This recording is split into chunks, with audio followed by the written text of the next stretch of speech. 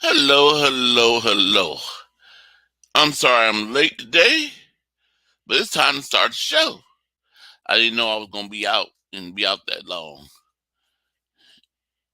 Went out to dinner and stuff, out be with my other brother, and now we just got back. It's a fireplace. Um, and we're gonna get started right after this.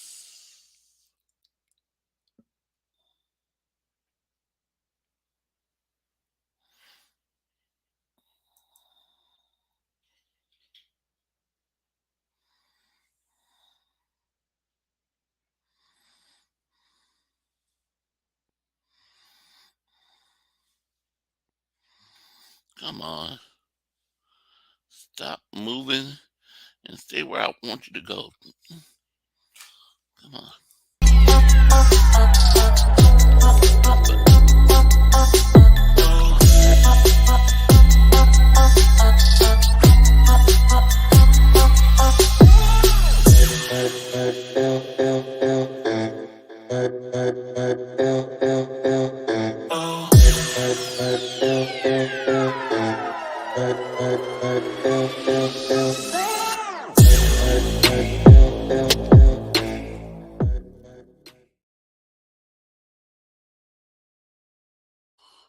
Well, we ain't done yet. As you can see, it said we ain't done yet because we gotta get our sixth Super Bowl, and we're gonna do that. Okay, let me start bringing people in when they come in. Yes, I'm late today. Usually start at 7, but today we start at 8. Coming in, my brother from Corona, California,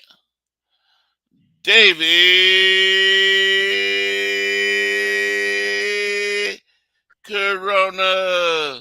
Hey, what's up, Corey? How you doing? I'm doing good. Yeah, I just got back from the movies. Uh, I just got back from having lunch and dinner. That's right. Yeah, tomorrow's my anniversary. Tomorrow, 8 years. Happy congratulations Thank you. to your wife. I said congratulations, happy Yep. anniversary. Yeah, I go tell her right now. No, you don't.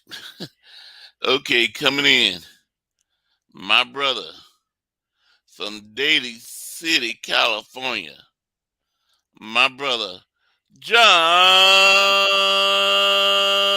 John J.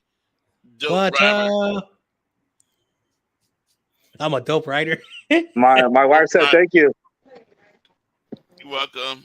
All right. Um, Did I hear Corona is celebrating his anniversary? Yeah, tomorrow. How many years? 8 years. Damn, that's a long time, man. 8 years, but we've been together 13 years. Damn, that's strong commitment right there. I'm not going nowhere with her. She's with me to the day I die. Yeah, that's what happens. Like when you go there, you tell her we're gonna be together. We're gonna stick it out through the good and bad times. Oh yeah. Yeah, maybe one day I'll find one and I'll be celebrate 8 years in the I future. got I got blessed. Thank you to God, man. If I didn't have her in my life, I'll probably be in prison right now or dead. Yep. what's up, Carcass? How you doing? If you're still here, I don't know because I'm late. Carcast 49er talk. Yeah, I just bought me a new cup today, Corey, 49ers. Uh, You know hello, what? Bebop. Tomorrow I'm going to Ross and I'm gonna do niner hunting. Hey, you guys don't got Big Five over there in San Francisco? Big Five, Yeah, the sporting goods store. yeah. Yeah, we got three. Oh, Um, that's why I asked you earlier, and you said no. no, you were talking about a grocery store. Oh, Carcass said food for less. Yeah, food for less. Corey says there's one in Richmond. Yeah, we got one too. Hello, hello, Bebop Jones. What's up, Daniel Sports? Daniel Berry Sports Highlights. How you doing? Hmm.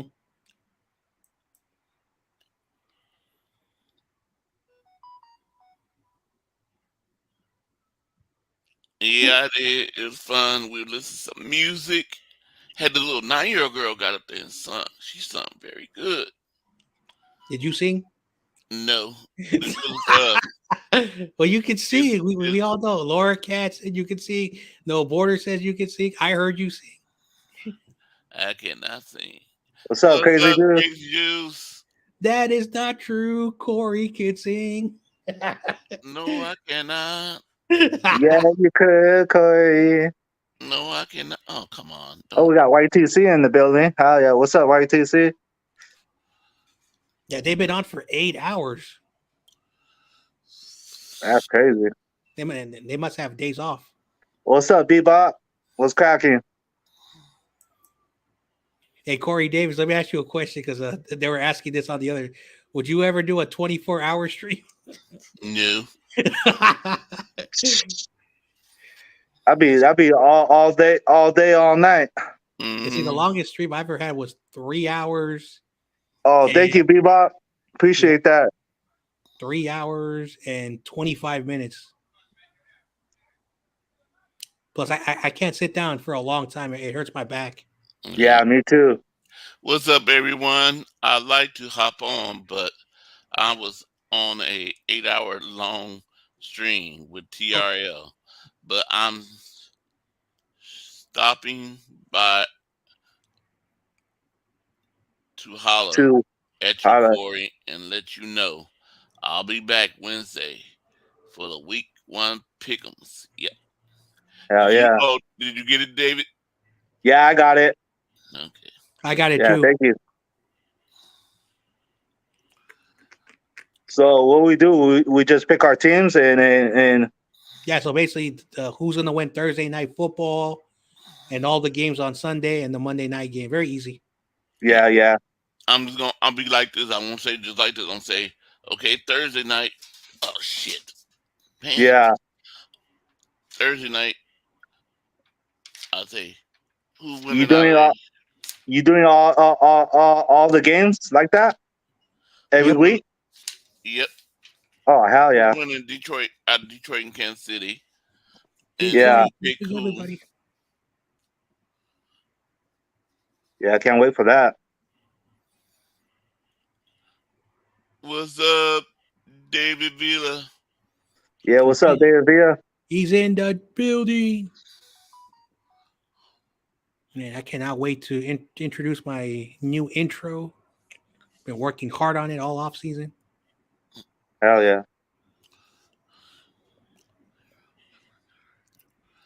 Oh boy. So who you see I'm wearing? Trey Lance. Yep. Oh, Trey Lance. So Corey, I got a question to ask you because when I was doing my stream, like I want Trey Lance to succeed, but I don't want him to succeed with the Cowboys. I was telling people that today. I was this man at where I was at the dinner thing. I was telling them, it's so hard because I want to wish Trey the best. I want him to have be good, but he went to a team that I can't stand. Right? It's gonna make me have to do like David Oh. Corona and root for the Cowboys. Did Oh hell no. Did you hear what Did you hear what Jerry Jones said last night about uh-uh. Trey Lance? No, I didn't. He said that he really liked them, but they had Dak Prescott. But if they did not have Dak Prescott, they would have drafted him somehow. Mm. Damn. Jeez, ugh. I told people that there are a lot of teams that went to his pro day, and I mean I know Jerry Jones. He says his stuff, but if they can make him work over there, that's not going to be good for us. Because imagine that we're in the playoffs and we got to play him in an important game, and Trey Lance beats us. It'll be I'll like be I'll another be I'll be I'll be fucking laughing. it'll be like another Seattle Seahawks situation. Because I liked Russell Wilson when he was in Wisconsin. I wanted him on the Niners, but we had Colin Kaepernick. Mm. So and guess what happened? He went to the Seahawks and he owned us forever. Yep. And I don't want that to happen with Trey. Yeah. Ooh, that pissed me off. Yep. Right. I be like, we had the man in our on our team, and we didn't do right. We traded him, and why? Why did now most of our quarterbacks we trade away? Where do they mostly go? What To team the took our Cowboys. no? Uh, You see, Joe Montana went to Kansas Katie, City. City Katie. Alex Smith went to Kansas City. and Steve Bono, Elvis Gorback. They all went to Kansas City. Yeah. Oh wow. Yeah, Um, but Patrick Mahomes is there, so I know, but he could play behind Patrick Mahomes. Okay, coming in, my brother. I need my He, I need my food right now. my brother coming in from. He's he's not from Seattle. He lives in Seattle, and he is one thing. He has to fight off them Seahawks fans coming in. No border sports. What's up? What's up, my man? What's up? Is that a new camera? Everything's all clean and fresh. Yep. Nice. Clean $30 USB camera. Oh Nice. hell yeah. No borders in HD or 4K. I'm pretty sure it's 720, but Yeah. well, on this stream. But this thing I think goes up to it's either 180 or it's 4K. Even got a little light. Oh, I could just touch that light on there. So I could turn off my other lights and turn that thing on, get real up close and personal. Awkward. Hell yeah. See the nose hairs.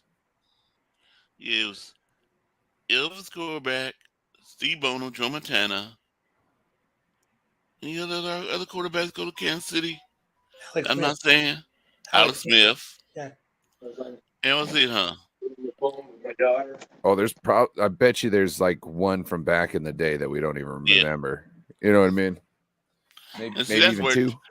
that's where they should have put Trey Lance. They didn't follow that procedure. Not to no Cowboys. That was just like a nasty taste. Don't let him follow Charles Haley. Yeah. Oh, Charles Haley. If oh And I if that remember I if was that so mad. happens, someone needs to get tar and feathered. Man. Because Charles Haley came back and whooped our butt for that. He gave us all hell on that side, being on that side. Ooh, I was so mad. I was like, why? Why to the Cowboys? What's wrong with these Niners? Why they trading in that division? They didn't trade him, huh? He just got released, huh? Or did they trade him? Damian Lee said Steve DeBerg went to Kansas. Oh yeah, that's true too. Yep. Told you, one of the guys back in the days. Is it Not really back in the day. the Jayhawks or the Wildcats? Mm-hmm. Do y'all know the border sports of John Jay? About what? Did Charles Haley get traded to the Dallas Cowboys, or did he just got released and he went over there and signed with the Cowboys? Ooh, I'm trying to remember. I believe Charles Haley was traded. Yeah, I was. If I remember correctly, he was traded. Because I said, if I'm making I don't know though. mistake, say, why would you trade in your division? Usually the rules is you trade out of your divisions. Like if you're gonna trade them to the AFC side. Well, not to the NFC. Don't trade them to your arch rivals. Yeah. Who are just as talented as you, essentially tipping the scales in their favor. This shit is stupid. Yep. Yeah.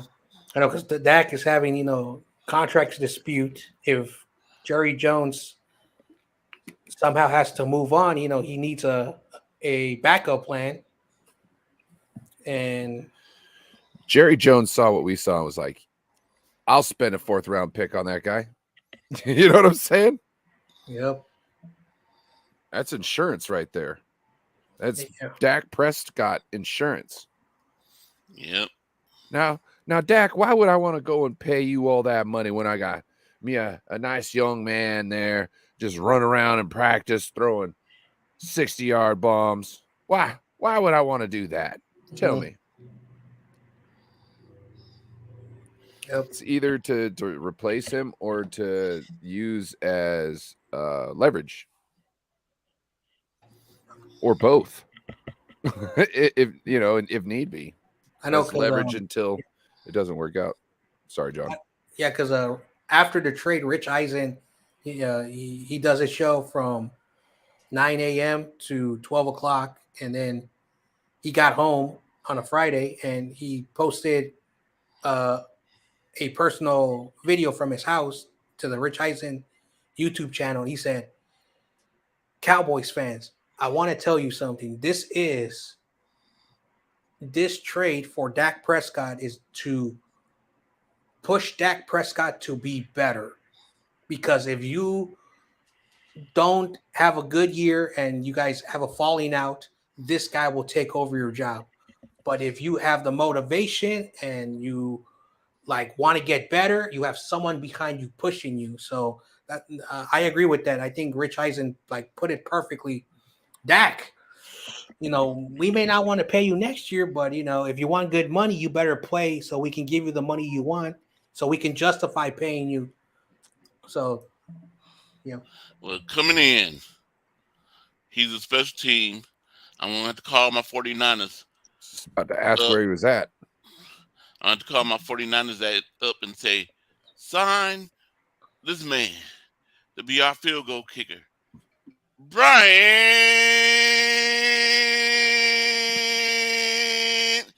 Cup. I can guarantee you, I probably can put at least a 45 yard up right now. I'm not even boasting. I think I really could. If I started actually practicing, I think I could get up to 55. I'm not joking. I really do think the Niners have an opportunity to seize the moment. If they want me to sign, they can. I'll drop my email right now in the chat. Look, and he's not going. He's not doing rookie minimum neither. Okay, he's got clout. Okay, you put respect on his name. You pay him. You don't got to pay him top dollar. He doesn't need the $5 million like Robbie. No, I'd But be you at really least got to happy. kick him like 2.2. I would die happy. I really No, would no, be. no, no, no, no, no, no, no. Look like that's bad, but that you're willing to deal with it. I'm telling you, I'll go in. I'll have an attitude. I'll have a chip on I'm my your shoulder. agent. I deserve more. I'll fire my agent halfway through the year. I What? tell you what, I said I'm your agent. I'm gonna get you this deal. Oh well, if you're You know my what? agent, then I might Hey. have to rehire you. I might have to rehire you. We'll have a falling out. We'll make it epic, and then you can come back in. You Are can my be like, checks "Throw stopping? him to Quan." Are my Jerry checks Maguire stopping? style. Hey, wait, Bryant. So I've been playing this football head coach game, right? And I've been going through trying to get beef my team up. I've been buying players, right? Well, to get from like a 75 to an 83, you're talking about like $1,000 for a 75, and then you're talking about anywhere between I don't know 10,000 to whatever for up to 40 to 60,000 for a 83. So I'm like looking and I'm like, well, let me pimp out my special teams, right? And I look at and kickers are just freaking, crazy prices. I'm like, fuck. So I open up this pack and it's supposed to give you 183. And it was a kicker. I got a punter. I was like, score, because I don't want to have to pay a shit ton of money for that. It just landed in my lap. Now I can focus on everything else because I got Greg Zerline. I got Greg Zerline in there. I leaving way too many points on the ground. I had to go and invest in a kicker soon. Sorry, little rant. That game's kind of fun, just so you know. What's You'll up, see me Brian? playing it here soon. What's up, Brian? How you doing, Brian? What's up, Brian? I think he's muted. Oh, There you go. what's He's back. up? Oh man, guys, I'm doing. I was looking for something. I wanted to share it with you, so I'm gonna go off camera for a minute. But yeah, shout out to everybody on chat. Sorry I'm late, Corey, but I have okay. Well, real quick, please, everybody, Corey, if you don't mind me plugging, we are doing this on Tony's channel. If everybody would like to help share, subscribe. If you know a family member who doesn't mind subscribing to a YouTube channel, if it means that you win it via your family member, but this is what we are raffling off on Tony's channel. Oh, What was that? It's a- Kaepernick? it's a a signed Kaepernick jersey. Oh, hell yeah. So Was it please check expensive? out- No, it was absolutely a donation of love. And Oh, what it nice. is it's something that's really neat because my wife's aunt has a lot of characteristics. She's got a lot of charisma. She's a beautiful woman. She seems to be very lucky. Maybe that's where Tony gets it from. But she seems to be able to go to games and she seems to be able to win stuff. And she won that and donated it to Tony and me for our channels because we just want to be able to turn the love. And if we gain 1 or 2 subscribers from it, hopefully more than that. But that is an authentic Kaepernick jersey.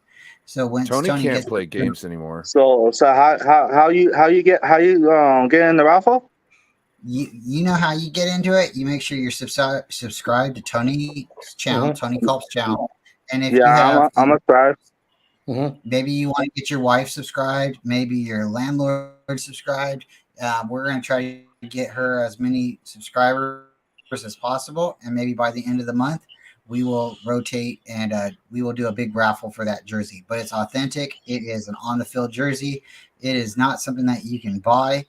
It is 100% authentic, and Kaepernick himself signed it. So I'm going to go off camera for a second because I want to show you guys my other pretty cool giveaways coming up soon.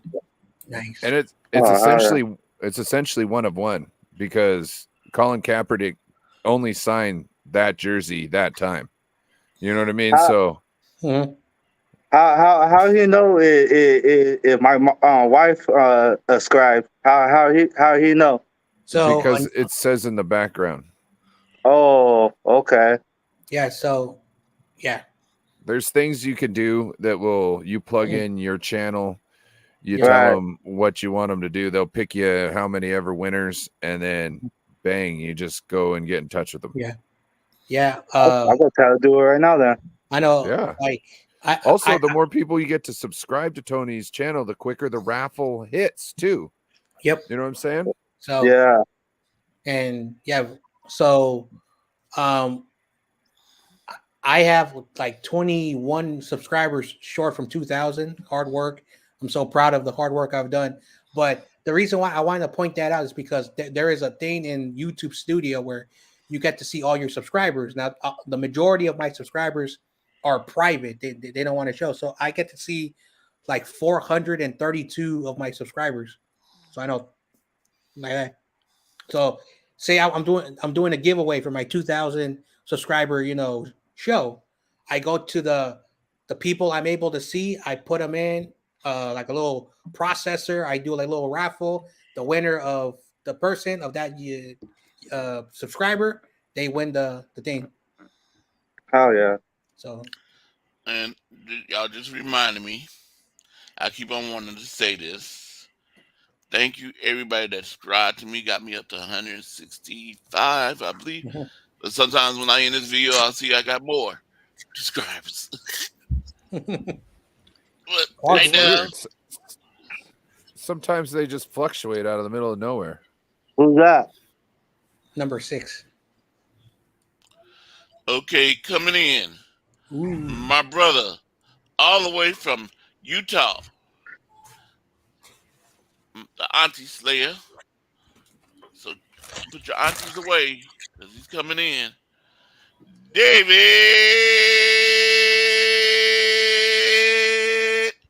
Niner. What's up, fellas? What's What up, up, man? David? How was your Hola. Sorry, birthday, I'm late there, Corey. Brian? Oh, you got a Sam Darnold? Hold on. No name. It's actually a Debo Samuel practice jersey in 2019 Oh, wow. Yep. because he didn't come in as a 19. So this is officially a Debo Samuel practice jersey. Mhm. And you can see it's weathered. So it's something that, too, shout out to Deanna, amazing Yep. lady. She will be coming Yep. on the show here soon. And again, this right here is Mitch Wisnowski. It's a practice jersey, so it doesn't have his last name on it. Well, Mhm. this one I don't know. I don't know if I can raffle it off. I'm You so sorry. shouldn't. You shouldn't. You shouldn't. Who's Not that? Who's only that number 3? not only would somebody That's me, who bro. That's me. You can't. But Correct. if you want a personalized Colt jersey, maybe we can make that happen. I don't know. I mean, like, Yeah. we'll figure it out. Corona's been looking for someone to get hook him up with a jersey. He's been telling me. Yeah, with my last name. Check out Niner Sickness. Beto, he has a jersey store and he makes really authentic jerseys. And check him out. So Yeah, Yeah, and to save you a lot of money. right. Yeah. So you can just but email yeah, them. I got his number. Yeah.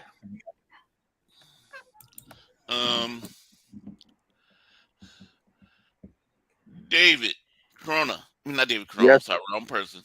Well, yes, sir. no. Let me talk first. Let you do it first. Thing. Um, would you like to share what's happening tomorrow with the panel that you Who, shared me? with me early? Yeah. Oh, yeah, sure. Uh, yeah, tomorrow's my 8 years anniversary tomorrow. so you're gonna be live streaming all day? Nah, we'll be at the The probably Cowboys going to Bar and Grill. probably eat some sushi. Go watch a movie. Just hang out with the wife. You gonna Or go eat. see Blue Balls again? No, Oh, she wants to watch his other movie, some scary movie. Mm. is it called Commitment? No, none too. Never- So, yeah, so tomorrow's my anniversary. So you, you should watch the shark movie. nah, we Yeah, already go seen watch that the. movie. I thought you went and saw Blue Balls instead of the shark movie. We saw the shark movie today. Oh, okay. Congratulations. Yeah. Thank you, Corey. Yeah, the movie's only $4 today. $4. Do you know Yep. about the movie theater did you go popcorn to? trick? Yeah. You know about the popcorn trick? Yep. What's the popcorn trick? You bring your own popcorn. No. You buy a popcorn there and then you cut a hole in the bottom of it. Oh, Happy anniversary. yeah. Thank you, everybody. Extra butter. Yeah, Yeah. happy anniversary, David Corona. Yeah. 8 Thank years. you, guys. That's like that's a good milestone. Yep. Yeah, we've been together since 2012, so we've been together 13 years, but married 8. Nice. 13 years. Yep. congratulations, buddy. Well, It Tell, takes tell a everybody. Thank you. Tell everybody. What she did for you during your tough times. Oh man, she saved my life, bro. She's keeping me out of trouble. She's thank God I have her in my life. If not, I'll probably be dead or probably in prison. She's sitting in front of him right now. Nah, she's in the room. So yeah, thank you, everybody. tell her, I say congratulations as well.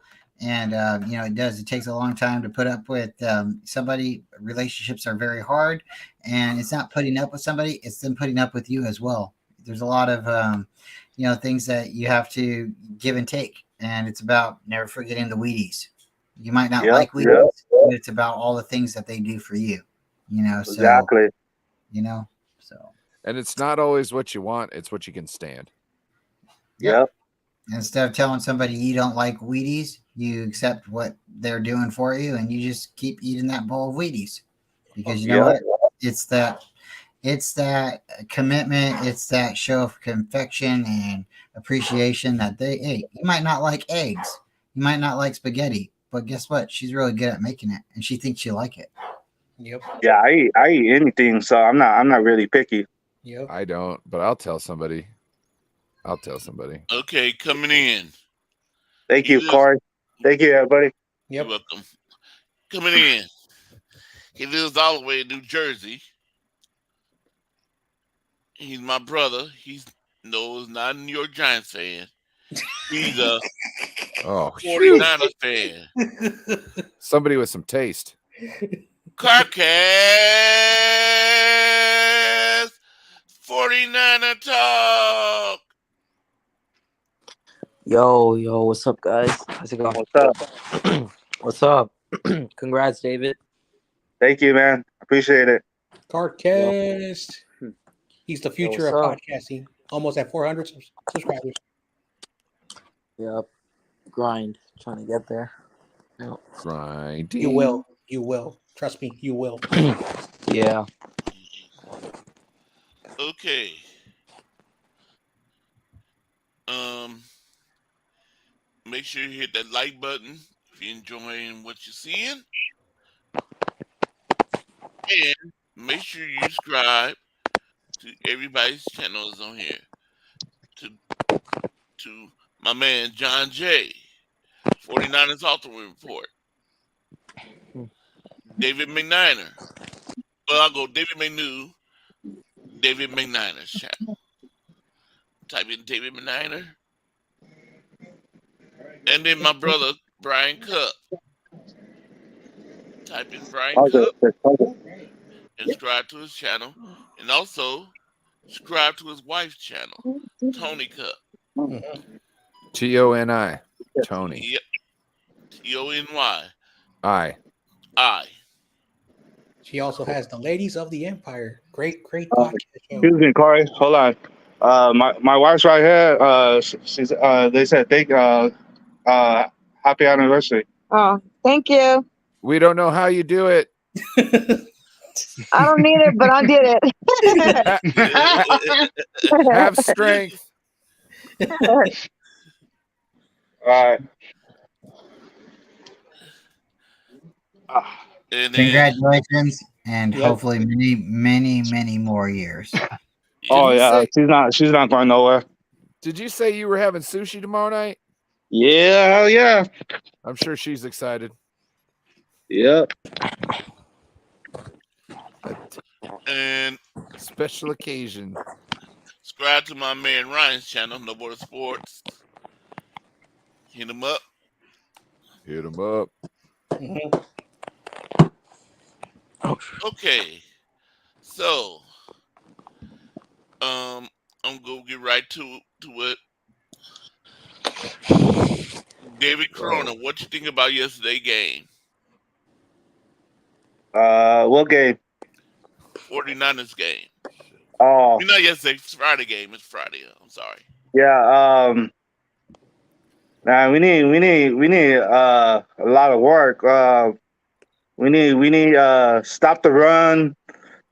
We need that old line needs to step up. It was all right. I was happy Brock Purdy did good. So yeah, we just need to stop that run because we can't stop the run right now. So that's what I got. Okay. John Jay, how did you feel about the Friday game? I saw a lot of good things. I saw a lot of bad things. One thing I agree with Corona was the defensive line having to step up against opposing running backs. We weren't doing well in that department.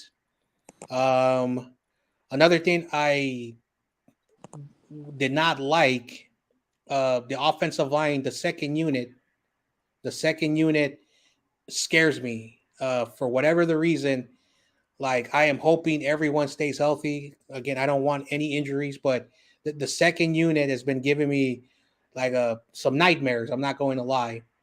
Brock Purdy in the two drives showed how the offense is going to look like with him, and it's not flashy, it's not fun, but it works. And as long as we do that every drive during the season, we should be fine. But we do have to protect them. I saw Drake Jackson with a good play. He batted the ball up. I thought he caught the interception, but I want to see more Drake Jackson. Even though we did not win, there was good, bad things. Hopefully, they can address it before we play Pittsburgh week 1. Okay, David McNiner, how you feel about the game? Well, it was kind of like I was waiting for Hargrave and Armstead to come in, play in the middle and stop the run, but that didn't happen. So at this point, I'm concerned about our backups there. That they have to do better than they did. That's for sure. But but beyond that, it was a preseason game and the Chargers were playing hard. And beyond that, Brock Purdy looked okay. Brendan Allen threw a pick. Yep. His middle name's not Richard, though. He doesn't fit the mold. What's his middle name? What's his middle name? And what does he throw in practice? Ducks. Okay. Oh, Brian, is that Tony next to you or Lily? That's little Lily. Yep. Hey, Lily, how are you doing? Hey, Lily. Good. She wanted to come on real quick. She wanted to tell everybody that she's super excited about the season and shout out the Niners real quick. She's the real star of the Brian Cope Show. Your jersey fell on the floor. No, Hey. it fell It behind fell her. behind me. But thank Hey. you again. Lily, what was your thoughts on this last preseason game on Friday? Well, I think we did good at first when we started scoring, but then as we started getting beat because they kept scoring more points than us, I think we started failing. I think we could have done better, but since we didn't have kickers, we couldn't score those field goals. Good answer. Yeah. See, no, y'all probably don't understand why I'm joking with asking if she's Lily or Tony. Because one day I was well, I was with Brian on the show, right? I think it was. Yours or mine, but one of the two. And Tony walked in, and I thought it was Lily. I said, "Hey, Lily,"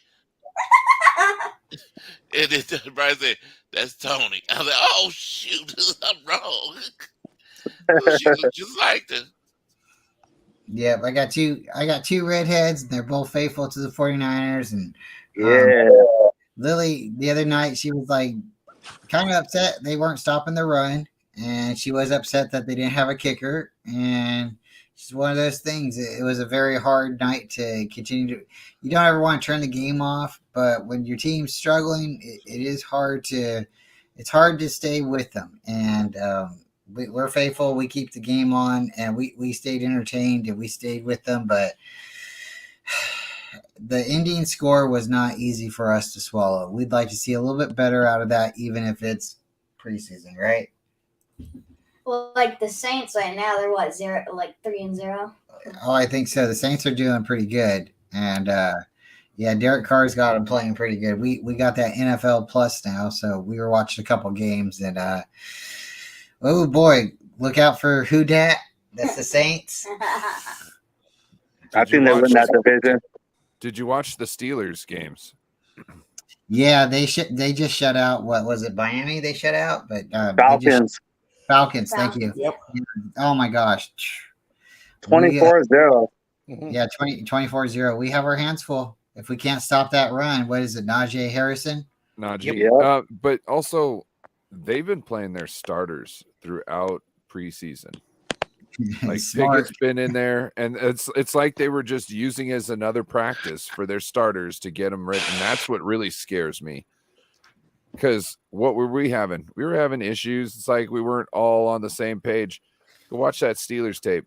They look a lot more on page than we do. Yep. And this is another Unified. thing. Another thing I noticed: the Steelers were playing the game like they wanted to win the game, because that was the mindset that the coach told them. Yep. Now the 49ers game, it wasn't like, hey, go win the game. It was like, go put your best performance on tape for us, right? Don't get hurt. Which I understand. I understand them want to bet, but you're not getting them ready for that. Okay, now it's time to go to war mentality. Now that starts week 1. The Steelers been thinking about it since first preseason game. They've been in that mentality. So that's kind of what I'm looking at. I looked at those games and I was like, oh, we're in for a world of hurt, I think. There's things, obviously, there things people left on the table. There's things that, it was nice to see Brock Purdy go down there and score. You know what I mean? I appreciate all that. It's we'll see how it stacks up. Also, them Steelers are getting turnovers like crazy. Mhm. Look at how many interceptions they did against Buffalo. 4 Yep. interceptions on that game. Yep. And they're causing fumbles left and right Mhm. too. So Yep. Mm, buckle up. Mhm. Yeah, They we could beat them. drafted that I secondary know. guy, Joey And Porter Jr. earlier, someone brought up the Steelers, and it's been 20 years or 20 seasons they have not had a losing record. That's consistency. That's great. So shout out to the Steelers.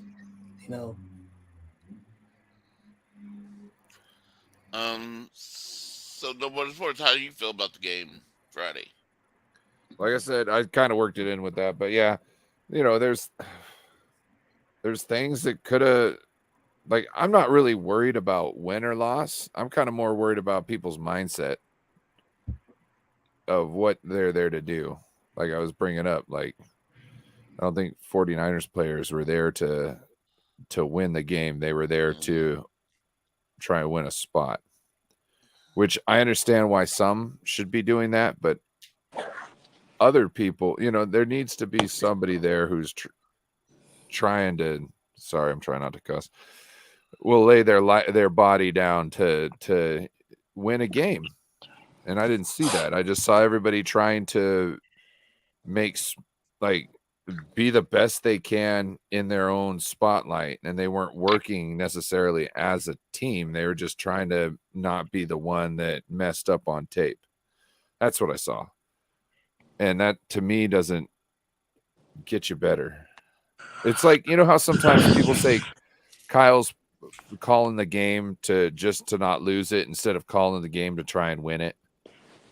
That's essentially the same thing I kind of saw out of some of the guys. Okay. Carcast. How you feel about the game Friday? There were obviously some positives and negatives to take away from the game. I know it was a loss, but it's still preseason. But there were some players that showed some sparks. Brock Purdy went down and scored. He looked like Brock Purdy. There was a throw he made to the right sideline, which I think the elbow is healing, but it looked like it was a factor on that play. I don't know where he was trying to throw to. It was just an overthrow. But he played pretty well also. Our run defense, man, you guys hit on it. Like, we just can't stop the run. Whoever the running back is, second stringer, third stringer, their backups are killing us up the middle. We're just leaving gaps wide open, and we got to work on that before Pittsburgh, really. Steelers have 2 running backs, Najee 22, and then another guy at 23. Najee, Yeah, but So they got two guys that can run well in that system. for sure. But run defense needs to improve. Brandon Ayuk obviously looked really good. Brock Purdy with play with the starters. But um Sam Darnold and Brandon Allen, they don't look very good. They combined, I think, for one touchdown and one interception together. So that's the scary part, man. If Brock goes down this season, which God hoping he does and he stays healthy for an entire season, we'll see how it goes. But Sam Darnold's gonna have to step in. You know, we've got the roster. We've got the roster around him, but I don't know, man. We'll see. We'll definitely see. This whole Trey Lance thing, mate. It's just, I know it's not the question, but man, it just made a huge difference for the backup spot because if Brock Purdy goes down, it's gonna be tough to win games. But we'll see. We'll see if Kyle Shanahan really thinks he could um reevaluate or revitalize Sam Darnold's career. So we'll see. Okay, David Corona. Yes, I don't sir. know if you remember. I asked everybody in the panel to ask. Think of a question that you want to ask the panel for them to answer. Um, you still haven't signed Nick Bosa yet, right? Nope. Oh, So that's kind of pretty scary. So if he doesn't play the first two games or three, like, you think we still have a chance without him? John Jay.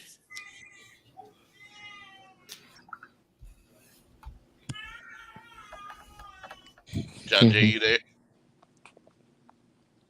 Change I'm his back. profile. Sorry, I was muted.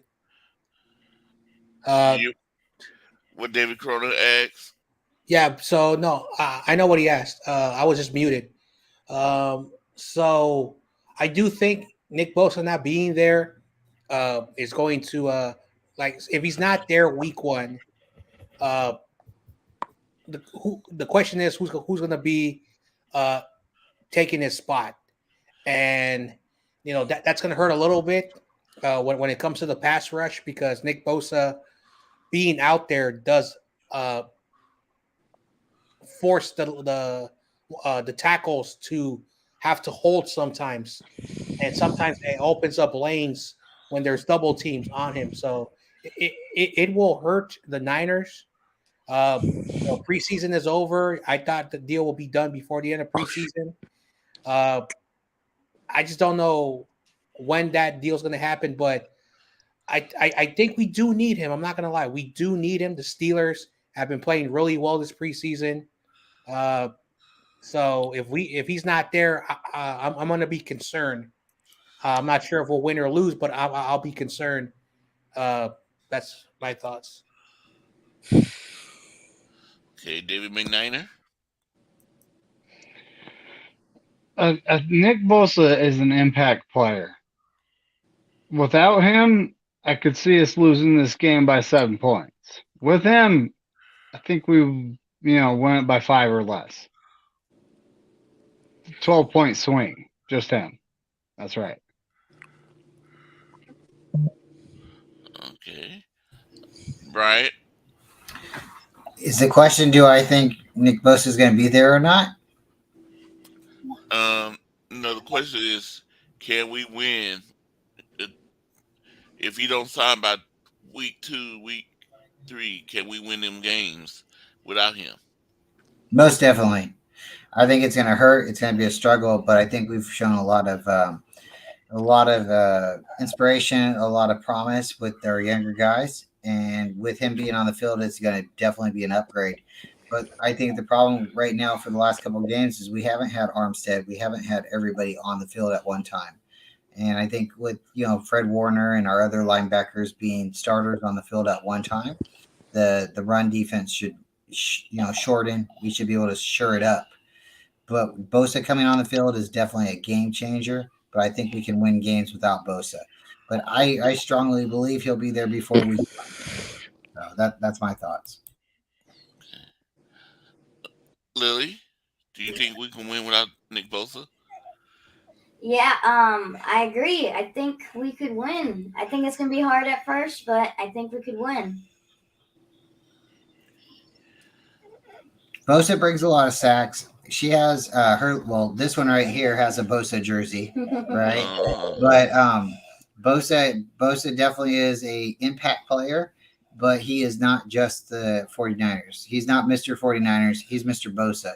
And if he wants to invest himself, he wants to be totally dedicated to the team, then we will definitely see that. And if he wins the Super Bowl, I will come back on here and call him Mr. Bosa, Mr. Bosa, Mr. Niner. But for right now, he is Mr. Bosa, and let's win a Super Bowl, and we'll go from there. But yeah, I think and Lily knows too. She screams for Bosa. She plays Madden football when she's on defense. She's got Bosa on her circle, and she's rushing. She's rushing hard. So we Uh, definitely are excited to see Bosa sign.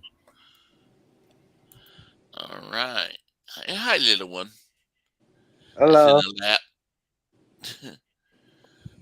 um, no border sports.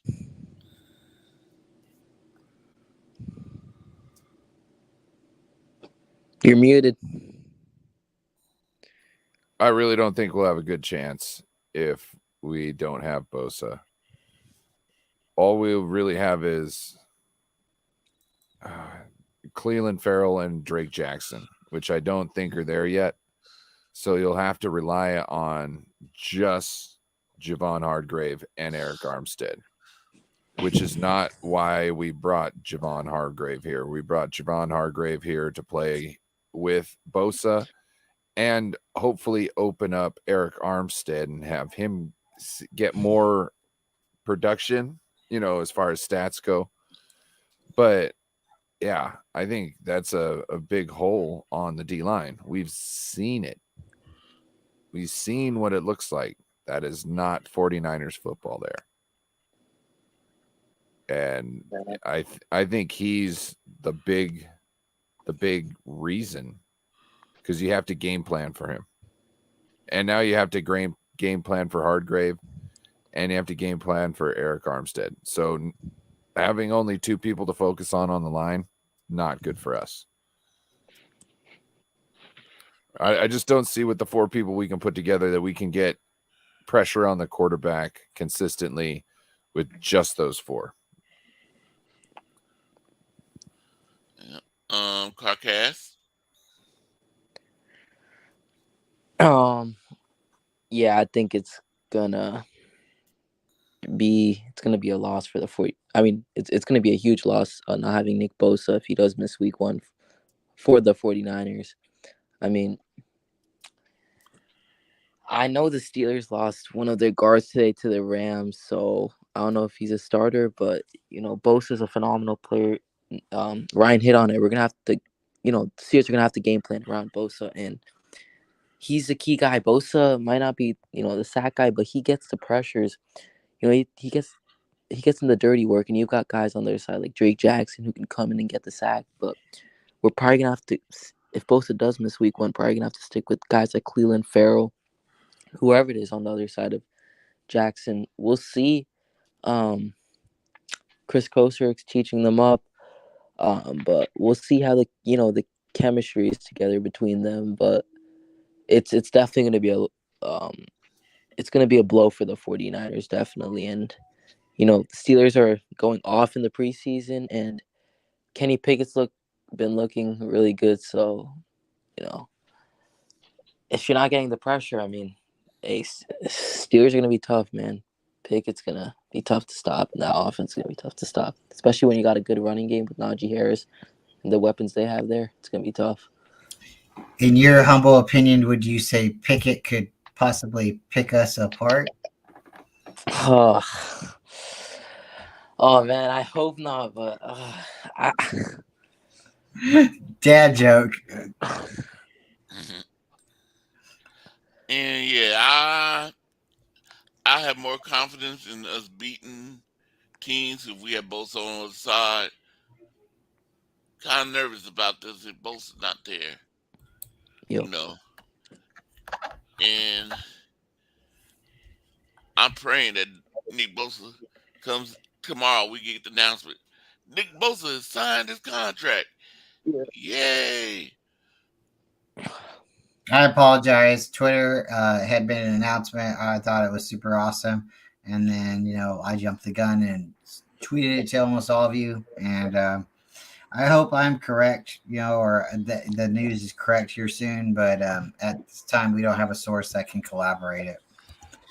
But he's coming. Bosa's coming. It could be true. They're probably just waiting for tomorrow to drop it. Like, look at how they did the Trey Lance news Friday at 6 o'clock. Like they were trying to kill it in the cycle. Well, what way to put it to really to rest is Monday morning when the news cycle is up and running. You drop Bosa. Now everybody's talking about Bosa. Trey's just like swept under the rug. Agree. It's sad, but I think you're right. And then the whole thing too with Bosa is it's going to be like a breath of fresh air for the Niners to just be like come in and say, "Yep, he's signed now, guys. Everything's good." And I agree, Ryan. That's a good way to clean up things. What are they waiting for? They're waiting for you to sign the dotted lines, Corona. Oh, yeah, Well, I'll do it. if it comes out tomorrow that he signed, I would say that this was totally planned like this because Yeah. it doesn't get this perfect on accident. And one thing is something too. I mean, if you don't have a Twitter account, you don't have to get a Twitter account, but I recommend you getting one because sometimes the news on Twitter comes out faster than it does on Facebook or Instagram or wherever Facts. else. And it's not that it's not sourced or there's not any facts behind it, but sometimes you get like a snippet or like a hint or sometimes it comes out faster. You don't have to go on Twitter and fight people or have fights or wars, but following people that are creditable and people like me maybe um but following David, but no, Twitter's great if you get out of it what you want out of it. But yeah, I seen it mentioned and I thought, well, maybe this is true. So I tweeted it to all you guys or messaged it to you. And Ryan, I hope so. I hope it's true tomorrow. We wake up and it's like surprise, happy birthday, happy Labor Day, or whatever, So Well, Okay, truth is, you don't have to, follow everybody on Twitter. You don't even have to pay attention to everything coming out. yep. It's not like that. That's how I do it. I got my chat groups I'm in, and I keep an eye on them. I do have to mute a lot of the bigger chat groups while I'm at work because they go buck wild when something happens. But other than that, Twitter's really not. It's not as bad as I thought it was going to be. You know, just because I'm not, paying attention to a lot of the stuff, with the speculation and all that stuff. Of course, if somebody says something that fires you up, you have that right to put a comment, but you're also smart enough to say, I think I'll wait to touch that and I'll come back to that later. So shout out to Holly. She's a true faithful. She's coming back into the channel. John Jay. Yep. Okay, did you come up with a question you want to ask the panel? Yep. Okay, go ahead. Your turn. All right. So my question, maybe a little bit controversial, but I do want to get everybody's opinion. I know not everybody was at my call-in show yesterday, but uh, when it comes to the 49ers, like 1994, the 1995 in February or January, February, when we won our last Super Bowl, uh, do you think that if this situation implodes on the Niners, say like after this season, and I'm not wishing this upon the Niners. I do hope Brock succeeds and Kyle proves the doubters. But if this implodes on Kyle, everything goes like the worst case scenario. What should the Niners do if this entire thing implodes on the Niners? Should we, look at new coaches? Should we put Kyle on a hot seat? Should we, fire, John Lynch? What is the right thing to do if this situation like implodes on the Niners in the 2023 season? David Beniner. Um, Kyle. So at this point, it's Super Bowl. It's Super Bowl time. And, I keep saying he's been here 7 seasons. I was corrected by Steve-O. He's been here 6. But this is season number 7. So, is 7 a lucky number? Guess we're about to find out. But at this point, Super Bowl or bust.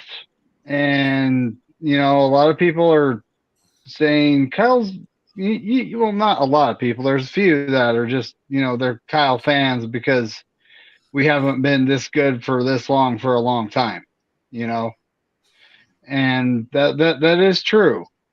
But at this point, he has to win a Super Bowl. We're the 49ers. We're not the Lions. We're not the Cardinals. Making the playoffs and, winning a couple games ain't good enough. You got to hoist that Lombardi to have a successful season.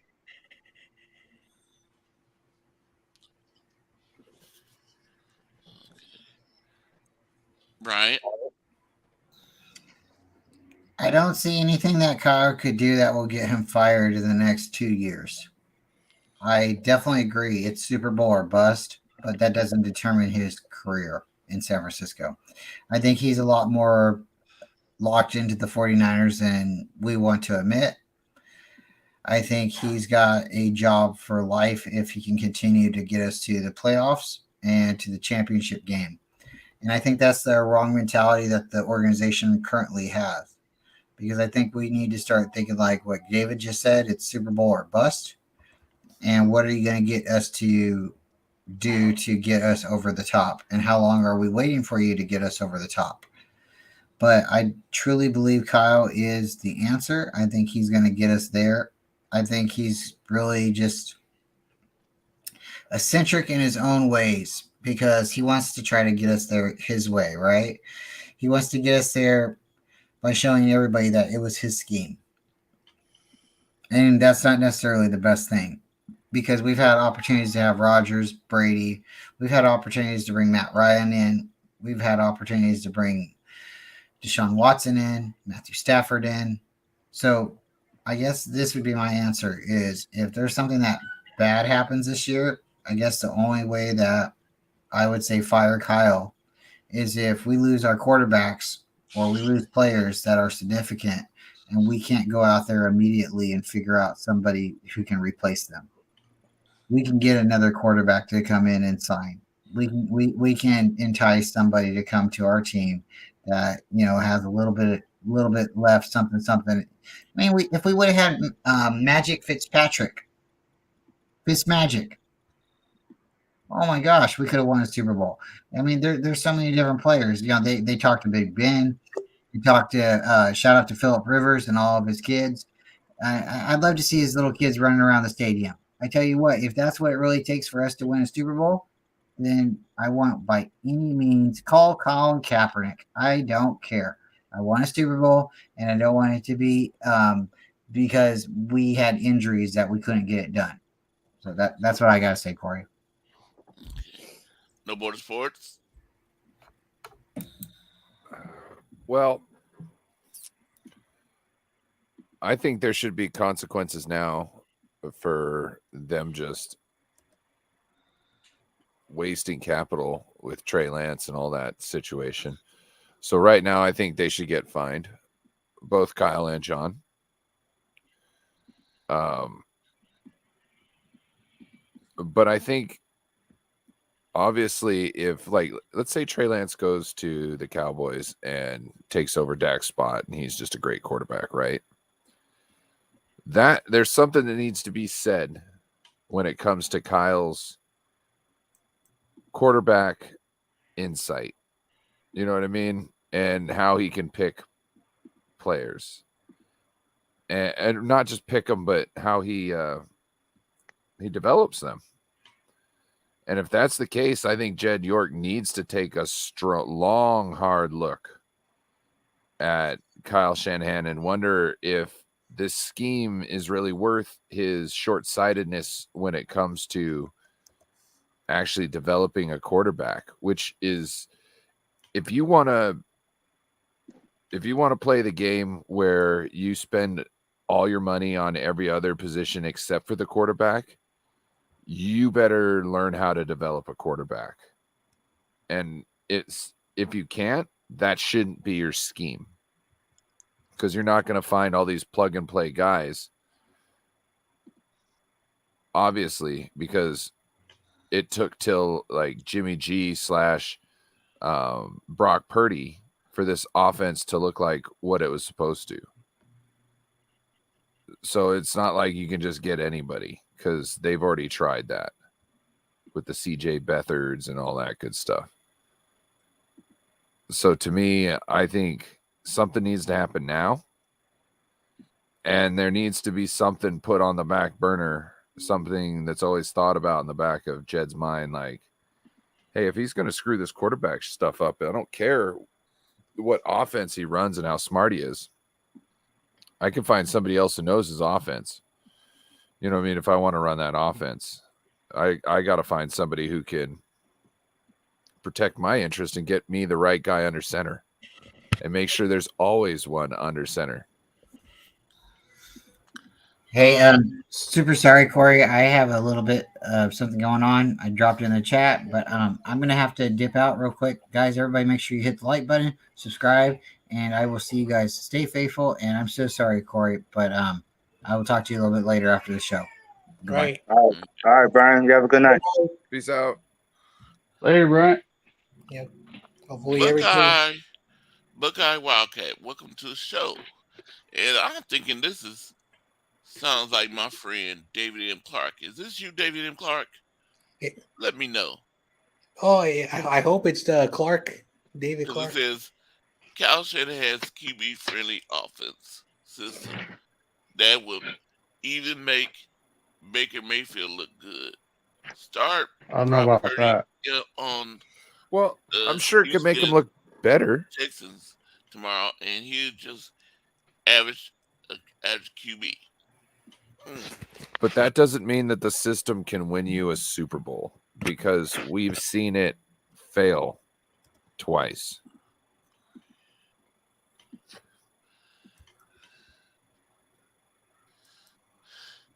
Yes, it's me. What's up, David Clark? You want to come in? I can put the link in there for you. I like talking to David Clark. Who's this guy? He's a Brown. What team is he? Browns fan. Oh yeah, I talked to him. Yeah, I know who you're talking about. Mm-hmm. Okay. So to answer John Jay's question,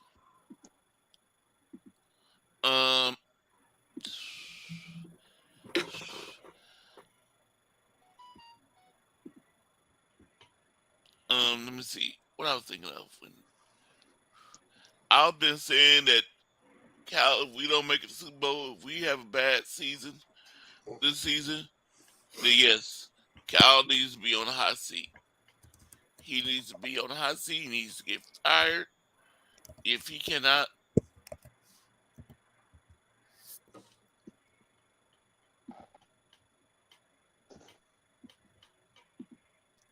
okay, he's gonna come in. Let me see.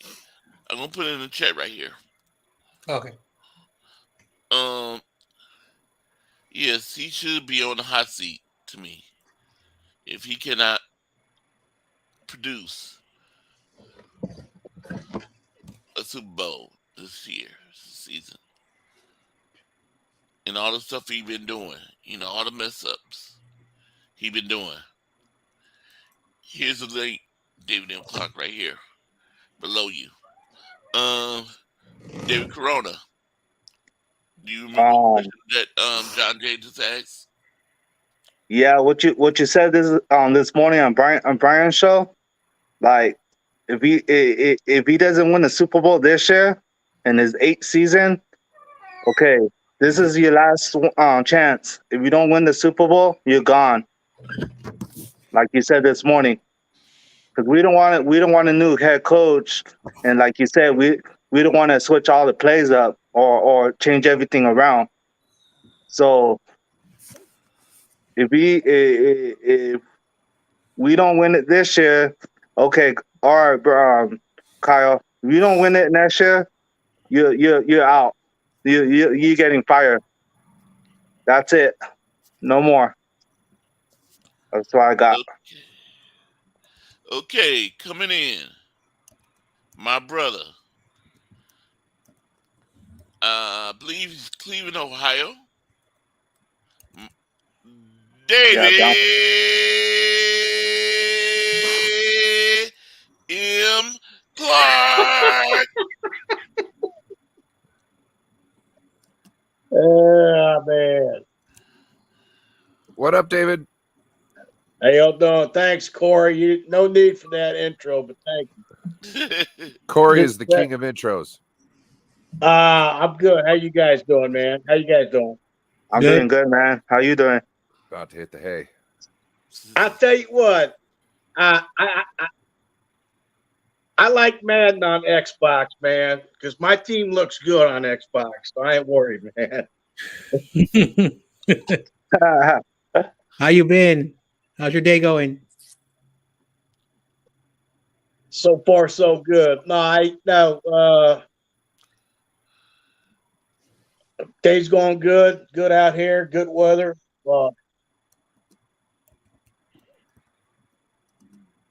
Nice. Okay, I David. I don't know if I was echoing. I thought I heard myself echo. No, Cleveland had Kyle Shanahan as a offensive.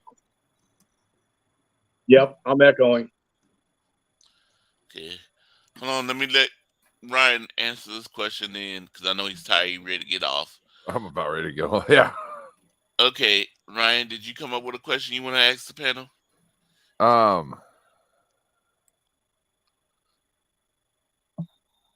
What do we do if I think I got it now.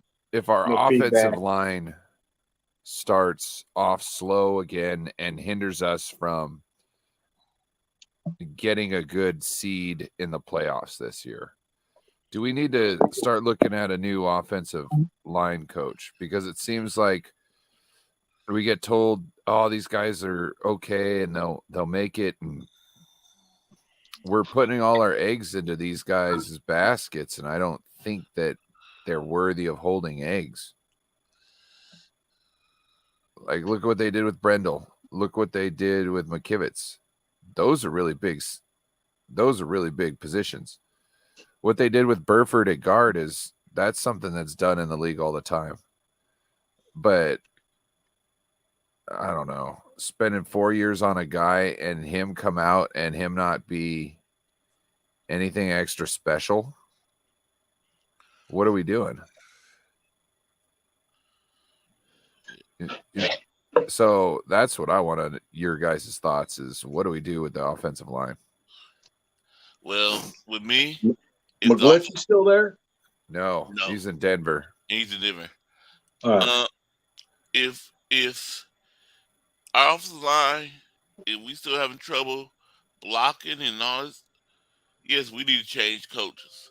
We need to get rid of our offensive line coach, and we need to do like I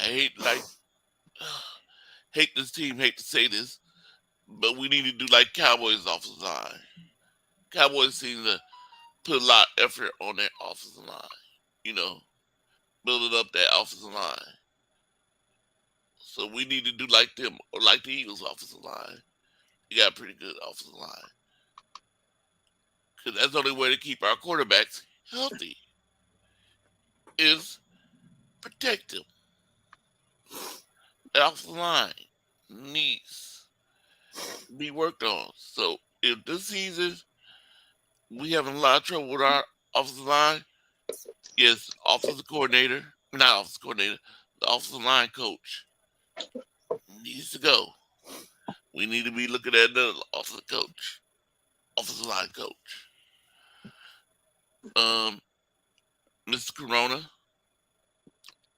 Um, yeah, I agree with you. What you're saying. Uh, we need to start fast. Uh, we need to start winning.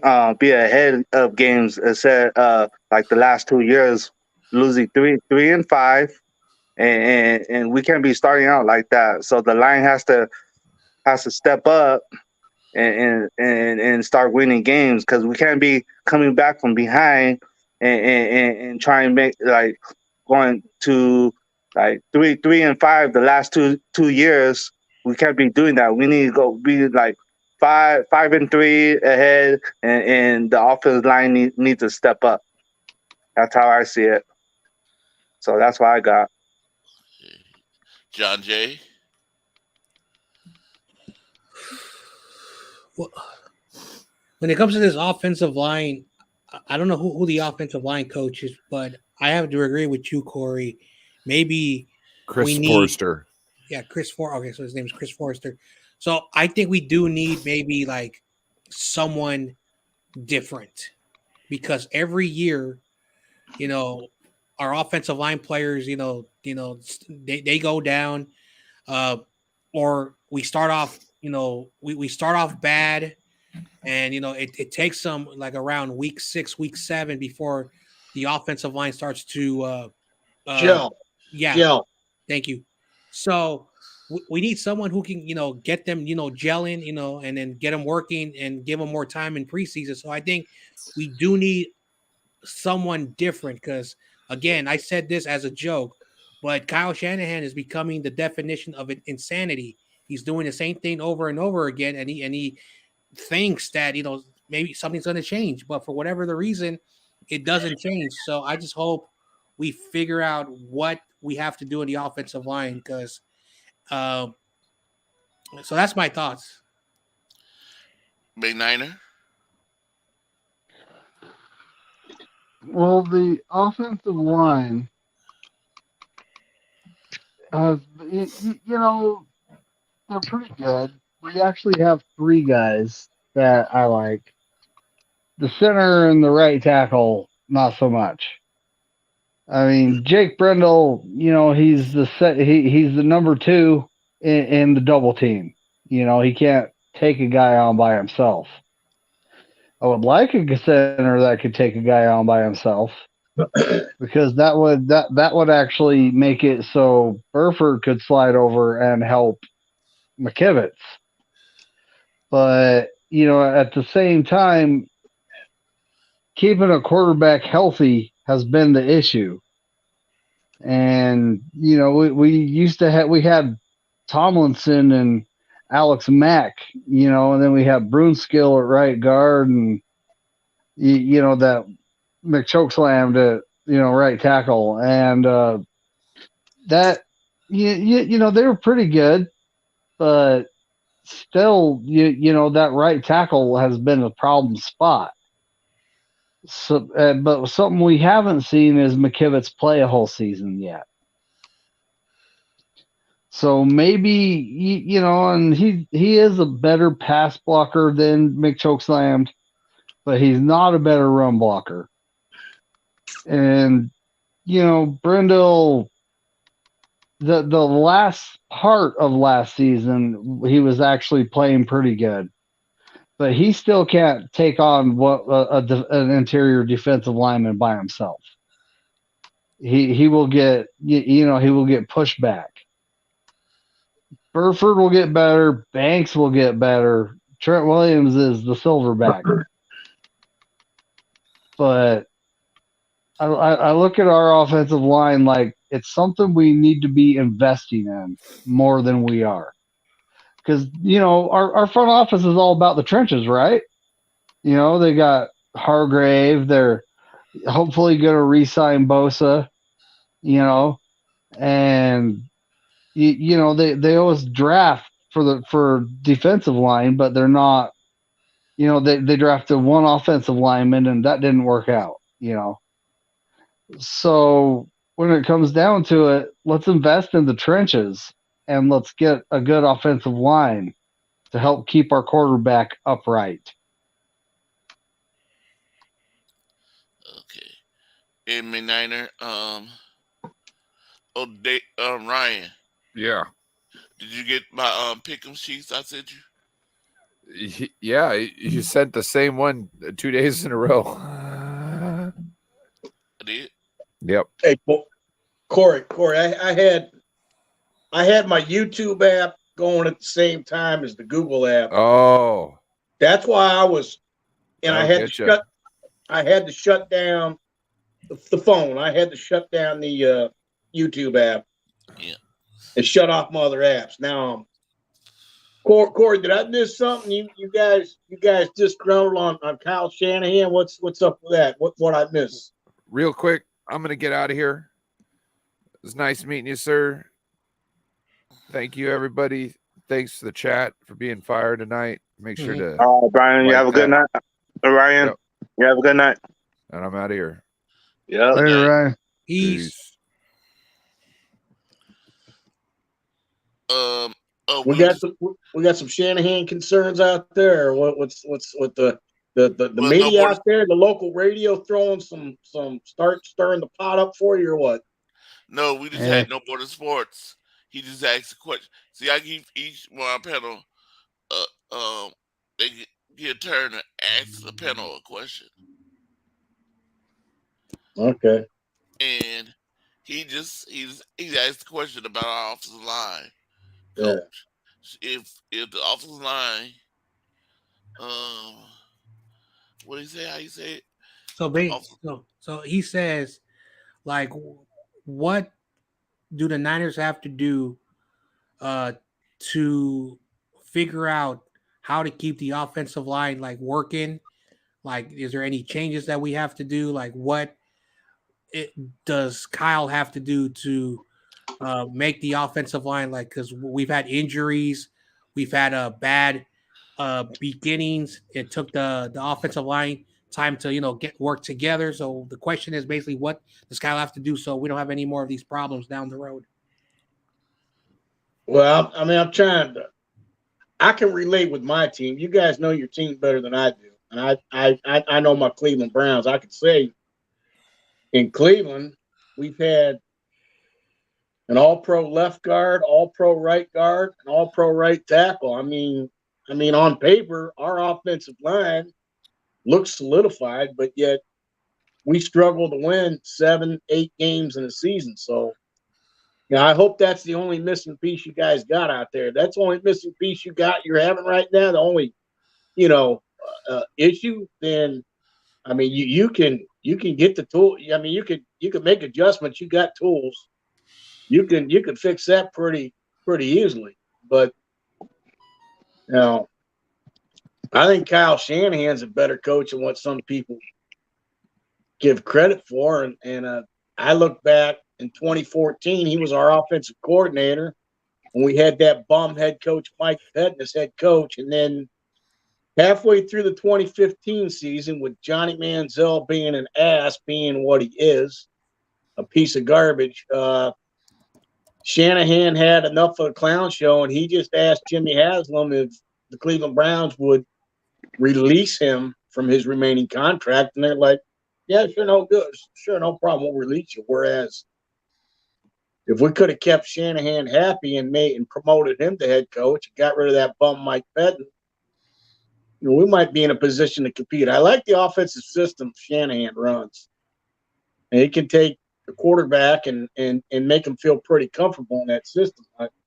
Somebody said that a quarterback-friendly offensive system will not win you a Super Bowl. So, well, what makes you think Brock Purdy's going to win you a Super Bowl just on his arm alone?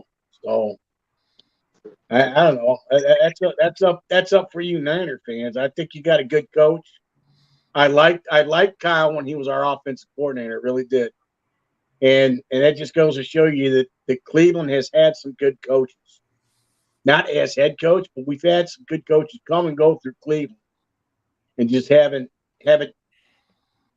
we haven't kept a good piece. We haven't when we've had something good, we haven't held on to what was good for us. So as far as offensive line, I mean, you guys, if that's your only concern, and you got the rest going for you, that'll fall in place for you. David McNiner, what question Yo, you got for the panel? our corners. So, at this point, we've had some very solid play out of some guys. And a guy that was, Oliver specifically was signed to be the starting nickel. He is going to solidify his spot, and he hasn't looked good at all.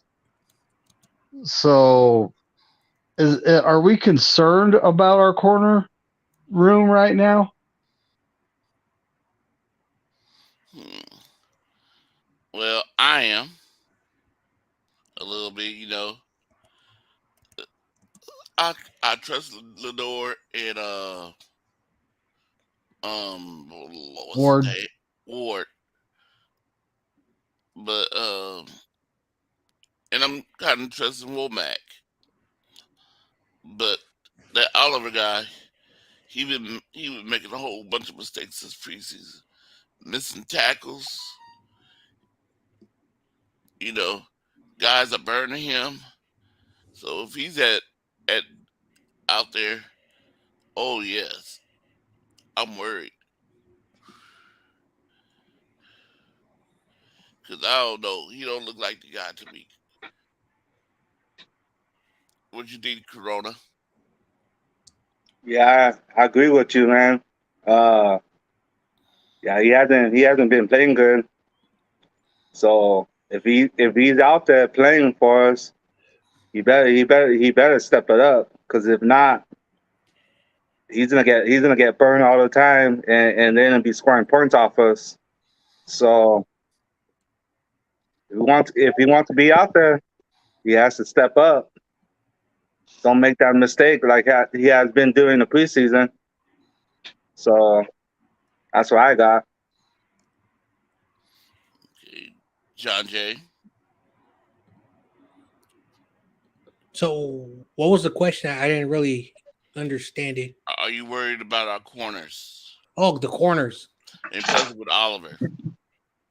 Yeah, First thing I want to say, I think Oliver's gonna get cut. I think I don't know why we signed him. He did not do very well, but I know you got Emmanuel Mosley, Diamador Lenore, who are going to be the starting guys.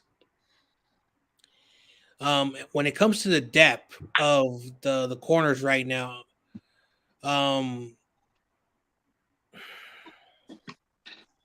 I know we still have Ambry Thomas, and I know Luter got hurt. Let's see. That's actually a really good question. I need to look at the corner. So, um, What about Brown? Jair Brown, he's a safety, Oh, and Talanoa Ufunga. So basically, our backs are Ufunga. We got Gibson, Lenore, and Mooney Ward. So we got a good starting, back secondary, but when it comes to the depth, you know what? I am actually concerned because I'm trying to think about who is our corners. So yeah, so I do have some concerns about the depth of the corners.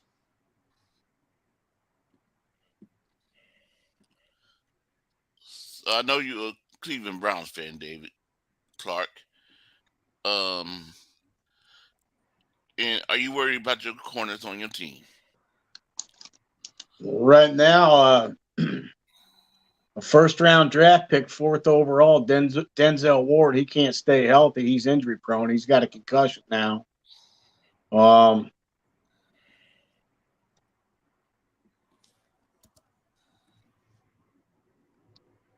We got a new defensive coordinator right now. So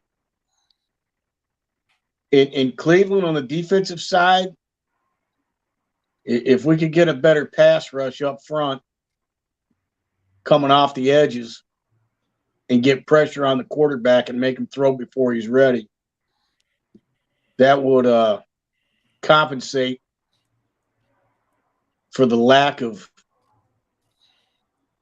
skill and what's needed on our corners. Because right now, no, I don't trust our corners to make that play. I would trust our edge rushers to put pressure on the quarterback and force and disrupt the timing before I trust lockdown corners. So yeah, secondary. Seems like everybody's secondary is getting burned in this league nowadays. You got so many wide receivers that are so fast or burners, and you can't even play man bump because you're going to get burned on the bump. So you got corners that got to back up 5, 6, 7 yards. So these receivers are getting a free release. That's difficult position right now to solidify a pair of lockdown corners on both sides of the field. So yeah, right now, Cleveland is weak in that area, and they can see that as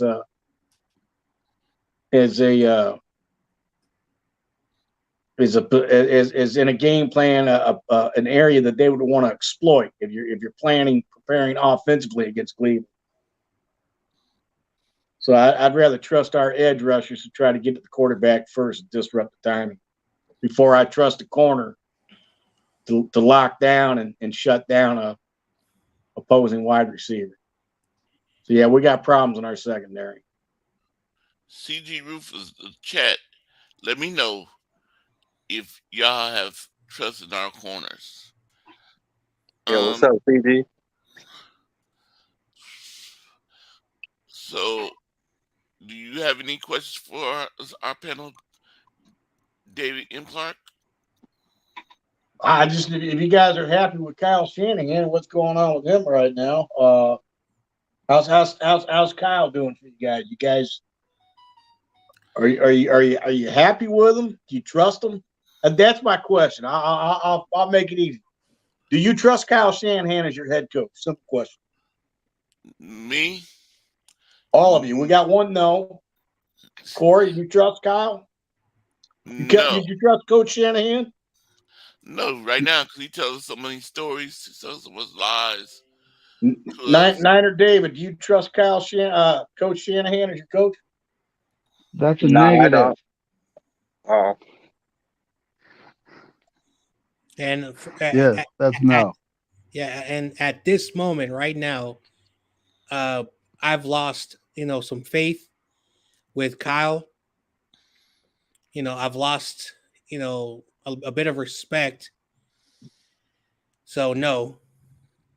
Now my next question is what type of for all of you, what type of lie did he get caught into? Was he telling the fan base one thing and turned around and did something else, or was there a deal that transpired with this Trey Lance trade, or what happened here? Oh yes, it's got a lot of. It's not just with the Trey Lance. It's got to do with some other things he did. He said, and then he do the opposite. It just he don't never he fish it around. He like a politician. Get up there and tell stories. We never know the truth. What really happened. But like I'm mad with him about why did we draft Trey? And he knew Trey didn't really fit our system. He didn't, set the offense up for Trey. Did John Lynch have anything to do with the Trey Lance draft, acquiring him on draft day? I think both of them did. What do you think, David Meniner? Hold on. What's the question? Did John Lynch have everything to do with acquiring Trey Lance, or is Shanahan going to take the fall for the decision to trade 3 first-round draft picks for Trey Lance the day you guys drafted? Or does I John think Lynch it and should be. Shanahan equally share the accountability for the Trey Lance They should selection order? equally share the accountability. I mean, if you're on another franchise and you trade away that much for a quarterback, that quarterback's your guy, and you live and die by him. But you know, Kyle had just as much to trading up to pick him as John Lynch did. They both made the decision.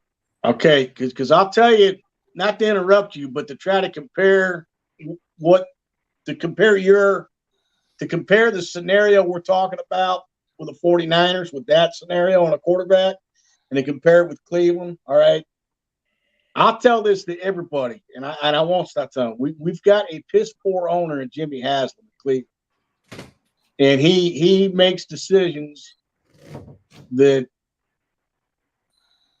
owners override their staff and decide that they know better than the team. And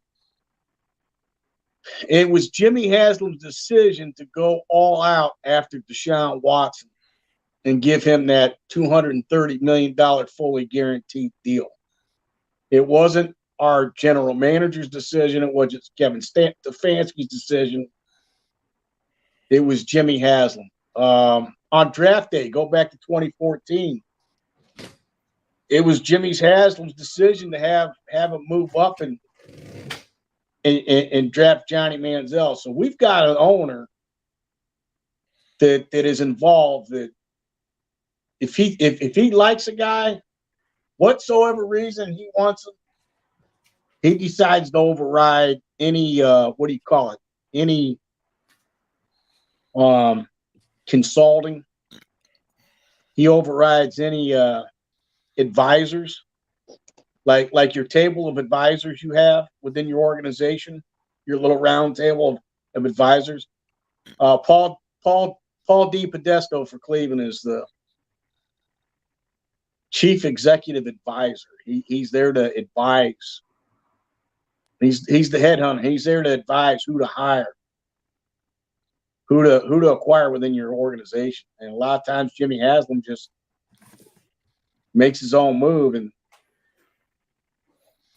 so, I mean, this Trey Lance deal, it didn't work out, but look at all the quarterbacks that have been drafted in the top 5 that haven't worked out for teams.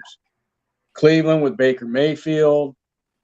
You got Tampa Bay Buccaneers with Jameis Winston, Tennessee Titans with Marcus Mariota. I think the 2014 draft, you didn't have any quarterbacks in that draft. You had Blake Bortles went 3rd overall to Jacksonville. What happened to Chicago? They moved up to get Mitch Trubisky. I mean, so it happens to – it looks like it happens more frequently than not. You wish it doesn't happen to your franchise, though. So if I may, in 2019, the Niners were in the Super Bowl. We didn't win. In 2020, the Niners were hurt. So because we went 6-10, we were in the top 15 draft team. So the Niners traded up, and the Niners had a team that just a couple of seasons ago were in the Super Bowl. Again, I do quarterback evaluations. I'm an unofficial quarterback, scout, but Kyle had a really good team. And most teams that draft that high have 1 win or 2 wins, 3 wins, 4 wins. They're drafting up there for a reason. They were not good the year before. So they're trying to rebuild. The Niners weren't. So if the Niners would have got the quarterback correct, we would not be talking about Kyle, fans have lost faith in him. It's because he traded up from number 12, and we could have waited, and maybe Trey would have fell to us at number 12, and they could have just continued to develop him because, it was not a serious situation. It's just that when it comes to other teams, like Blake Bortles went to a horrible Jaguars team. Many teams that get quarterbacks that high, the top 10, go to horrible teams. That's why the quarterbacks, they're really great in college, But when they go to a rebuilding team, you're expecting a 22-year-old to win the division, go to the postseason. It doesn't work that way because the team is not developed. So that's why when you look at the Niners, and we don't have a what your team has, like someone who is in charge of the hiring process, or someone who is there to consult. We don't have that. Kyle Shanahan runs the entire football operation because my owner is an idiot, but that's a different situation, different Well, conversation. time out. Not there early. How much? You got a general manager, John Lynch? Is it Shanahan and Lynch running it together? What's your Shanahan general manager doing? Lynch. Shanahan makes all the decisions. John Lynch advises him with the scouting process, with free agency, the All right. draft. All right. Stop right there for 1 second. Technically, if what you just told me is the gospel truth, and I'm not saying it's not, technically Kyle Shanahan is head coach / general manager. Continue, please. Yes, and you just put it perfectly. He's head coach and general manager, and John / general manager. is Thank you. the guy with the title, but he advises Kyle what to do. Yeah. Excuse me. I got. Oh, go ahead. Go ahead. Yeah. Yeah, you're right about a lot of these quarterbacks haven't started, but it just kills me. You know, but we hoping that Brock Purdy is finally the guy. He's the one. I'm telling you, man, don't put your faith in this Brock Purdy yet. He has not played long enough, so you need to pump the brakes on the guy. I'm not trying to piss on your parade, but just proceed with caution. It's up to you. If you're feeling vibes, you're absorbing that hype and you like it, that's fine, man. I won't piss on your parade, but I would. I would tread cautiously through that water. I am so glad you said that because Yep. again, I'm so glad you said this. Like Corey's probably the closest to live where I live. I live in Daly City. It's a city just outside of San Francisco. Corona, he's in California, but he's in Southern California, and McNiner is in Utah. So I get the full 100% authentic Niner stuff every channel locally. So. And I've seen this. I agree with you. I'm pumping my brakes. I'm not crowning Brock Purdy as the next Montana or the next Steve Young. I want him to succeed. I agree with you. You just said something right there. It's just that there are a lot of fans who are now crowning this kid, and they're saying that we're going to win the Super Bowl and hold up the number 6. That's the thing that a lot of fans, are just, and this is the thing that I tell people. It could crash and burn also. I said it earlier. It could crash and burn. That's why I chose that question, a little controversial, but I don't want it to crash and burn. But if it does crash and burn, which I don't want it to happen. Look, before we proceed, can I interject there? If we look at quarterbacks, how many quarterbacks is undrafted free agents went in there and lit it up? Okay, Kurt Warner did. Yes, he was undrafted free agent. Now let's say Tony Romo, undrafted free agent. I mean, he didn't win a Super Bowl, but I mean, hey, he walked on. He wasn't drafted. He succeeded as a franchise quarterback.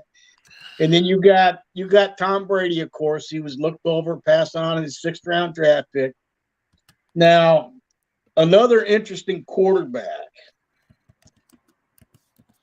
is Dak Prescott, that was taken in the 4th round, that was supposed to be backup for Tony Romo.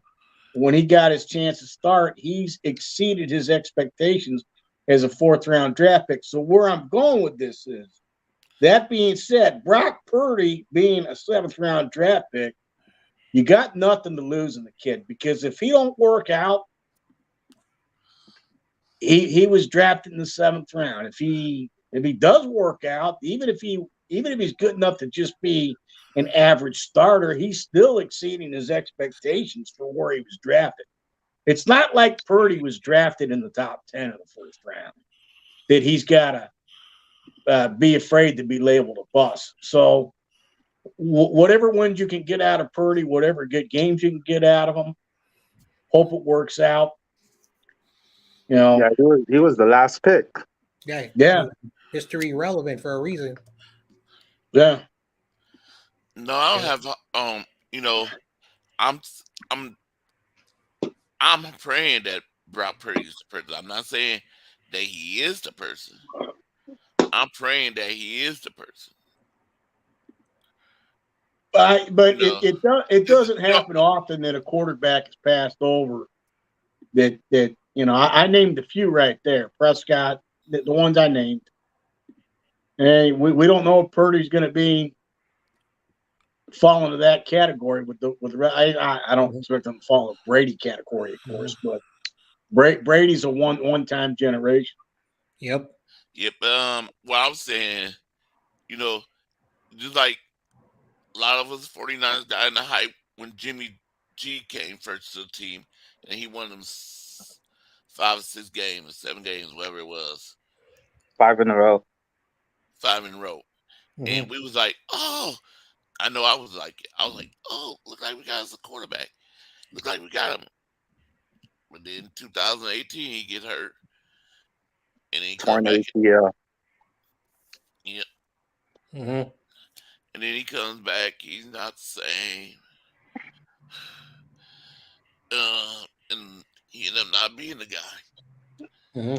So yeah, I'm right now. I'm looking at Brock Purdy. I'm praying that he's the guy. If not, Hmm. oh boy, Yep. if we don't make it to Super Bowl, Brian brought this up, and I said, yeah, you're right. What we gonna go through the next off season? Who the 49ers gonna be looking? What's gonna Hmm. be all the rumors? Or what are you guys going to do if for some reason Sam Darnold has to come in and Sam Oh Darnold man, just clicks with Kyle Shanahan and Shanahan in that system makes him look like a decent quarterback? I mean, I know. what if that happens? I know, right now, like the season hasn't started yet, and everyone is making hypotheticals. There are people out there that saying if Sam Darnold has to, go in there like it's the end of the season. Other people are saying Sam Darnold, is super good that he's gonna be better than Patrick Mahomes. This is what 49er fans have been talking about the past week, and this is how I see it. This is how I see it. I don't want Brock Purdy to get hurt because Sam Darnold with the second stringers and a few possessions with the starters didn't really look very well. Did not Mhm. look really well. And again, maybe it's just preseason. Maybe if he had the full like starters, everybody, maybe he'll look much better. But again, we don't know. And I'm just hoping, like Corey said, he can stay healthy. He can play like he did, and it pays off. And Kyle would be respected again by the fans. Yeah, Now, I want to point out something. Dak Prescott, when he got drafted, he was supposed to be the backup to Tony Romo, and that team went 13-3 because they had a good offensive line, the defense. That's why. But since then, as that defense has aged and left, and the offensive line some retired, aged and left, Dak Prescott is a good quarterback, but he was a product of a good situation and luck. Same thing with Russell Wilson. The year before, they were a playoff team, 7-9. He got drafted, and he just rolled with that team until the Legion of Boom left, and he became a guy that had to carry the team. So I'm not saying that there are quarterbacks later that you can find who are really really good, but you do have to be at the right situation to succeed. That's I want to point that out. but who I was thinking of who you think the Lions gonna go after next year if Brock Purdy not the guy?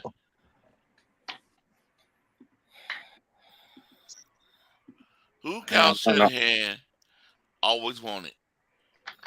Oh, Kirk Cousin. Yes. We gonna hear the Kirk Cousins. Is Kirk Cousins coming to the 49ers? Kirk Cousins this, Kirk Cousins. Oh And Lord. what he could do with us. So I'm praying that Brock Purdy's the guy. We go to Super Bowl, we win it, and we now know we don't have to go through this all season Mhm. like this again, saying who's our quarterback. Yep, Yeah, I I agree. agree. I agree. Like Yep. as a 49er faithful, or like as a 49er fan, like the term faithful has been more used in the recent years since they went to Santa Clara. I know the term has been around for a while, but uh, faithful is still a new term for me.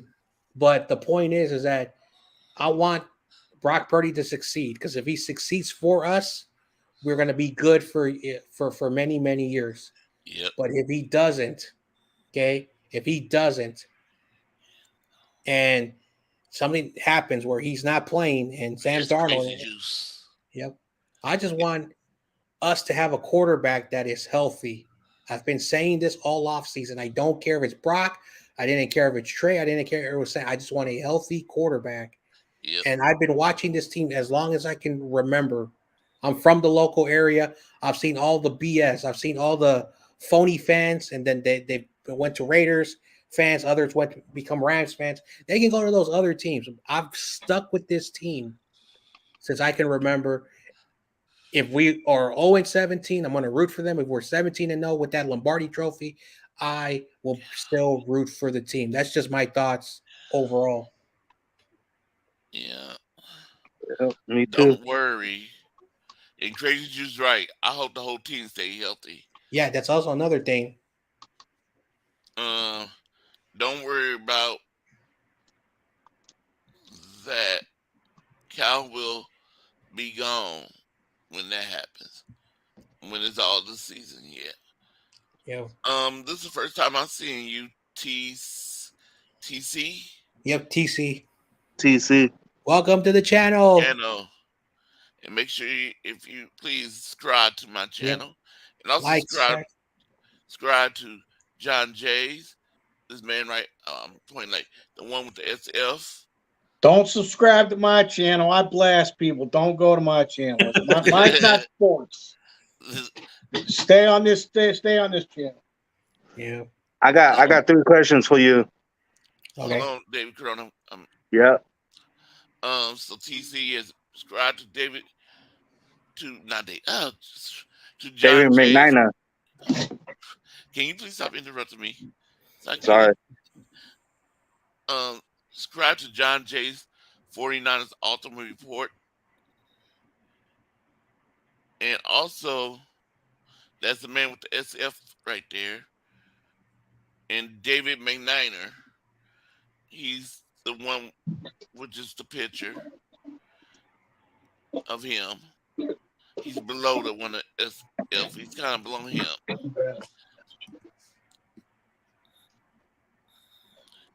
And I know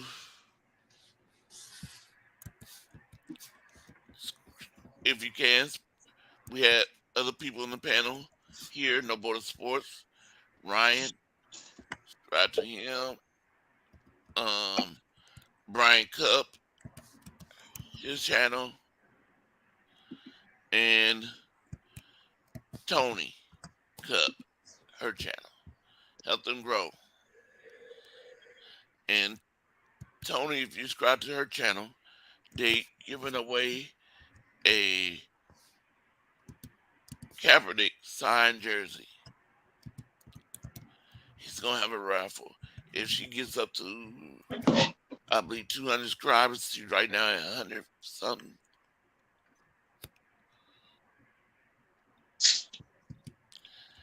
And David M. Clark, he's a Cleveland Brown fan.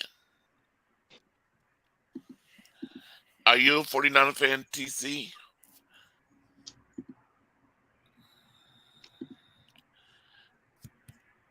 Leaning that said, are you a 49er fan?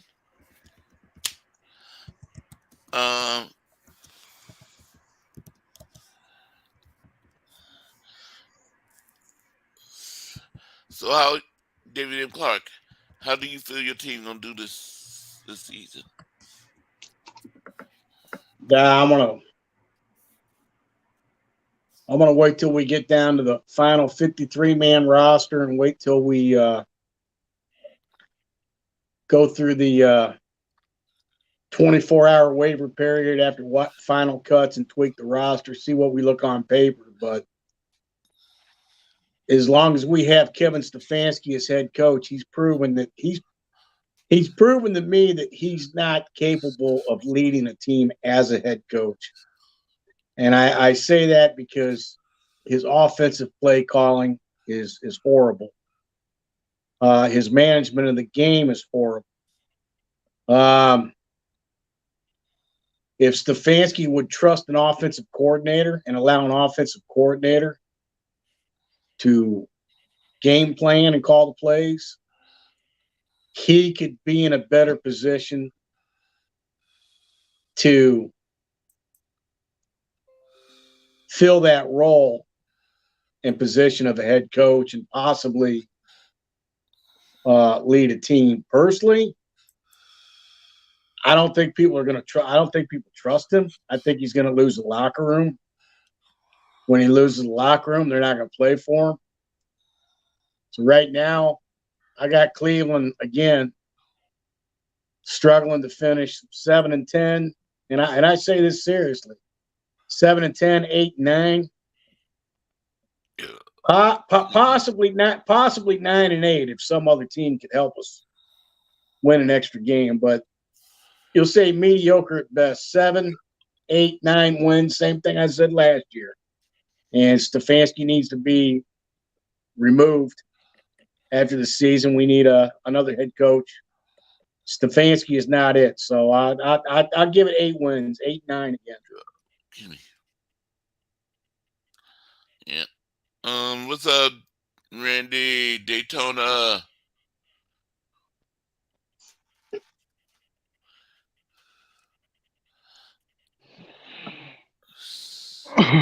Um,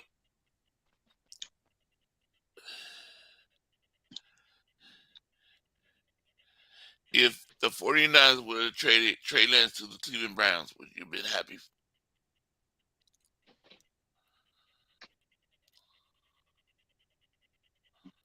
I wouldn't have. No, I don't, because I haven't seen the kid play, and there'd been no place for him in Cleveland. No, I'd have been disappointed in that.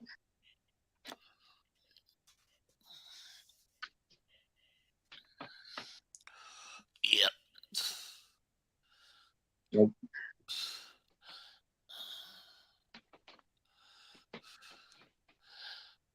Who's y'all running back this year? Nick Chubb. Nick Chubb. Nick Chubb. He's the workhorse. He's going to be carrying the load.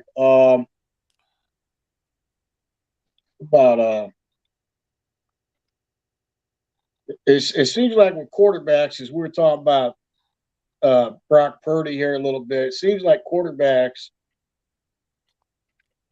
when teams draft them and they play them immediately with the idea that either they have it or they don't. Meaning, when you start a quarterback and you put him under center immediately, whether it be week 1 or week 2, you're going to know by week 8 if he's got what it takes to remain as a starter.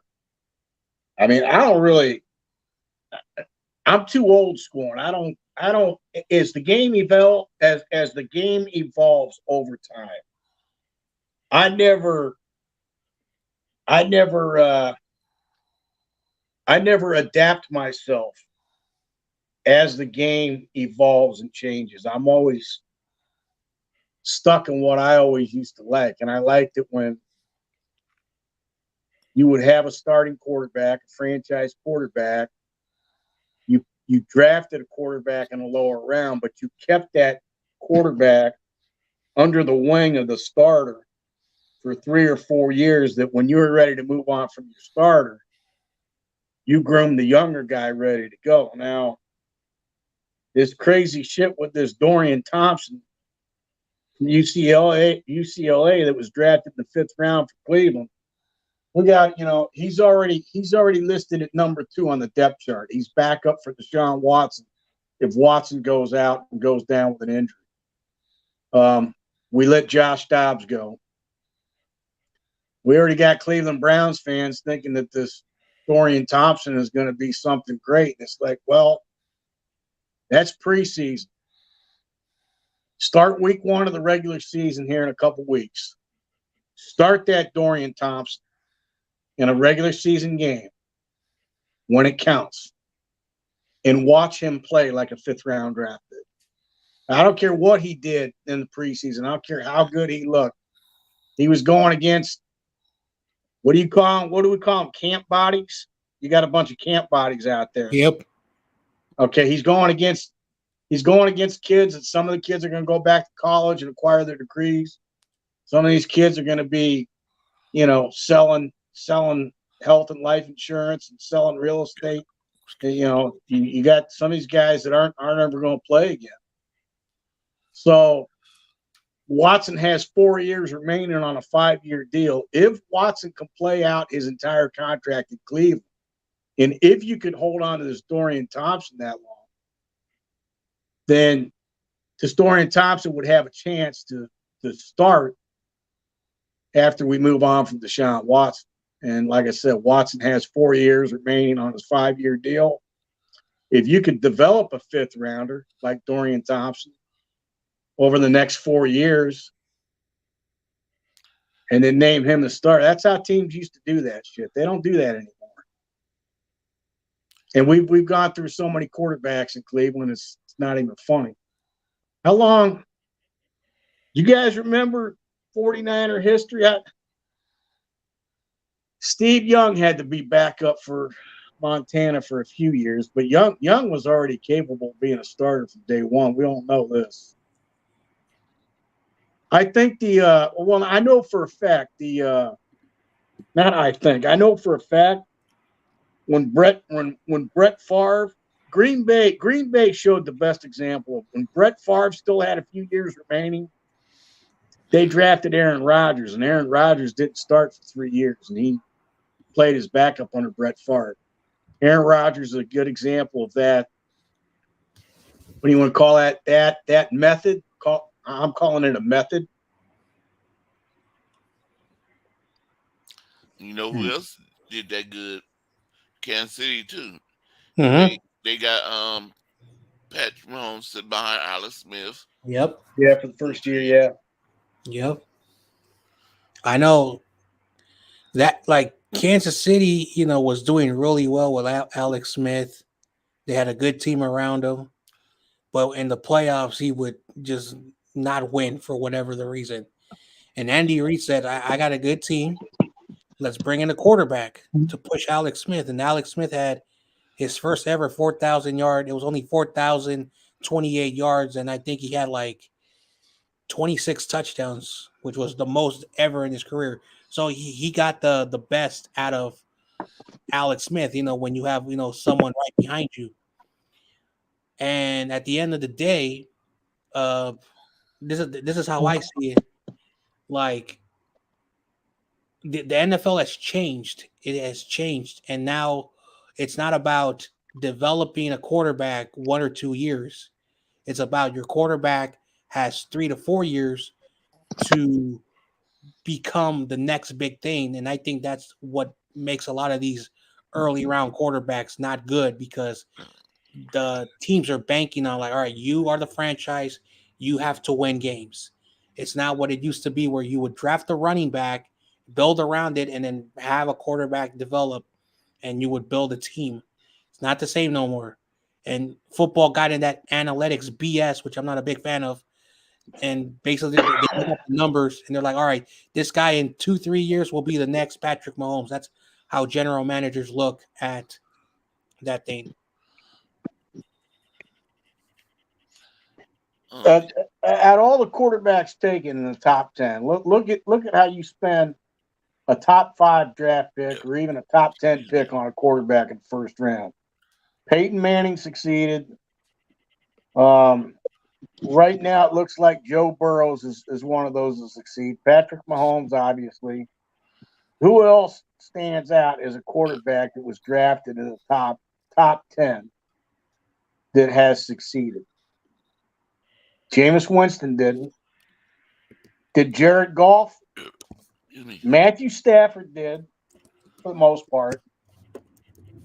Jared Goff, is he okay? Does he hold that first overall value where he was drafted? There's some questions. Yep. So it's like, why even draft a quarterback that high if they're not going to hold that value?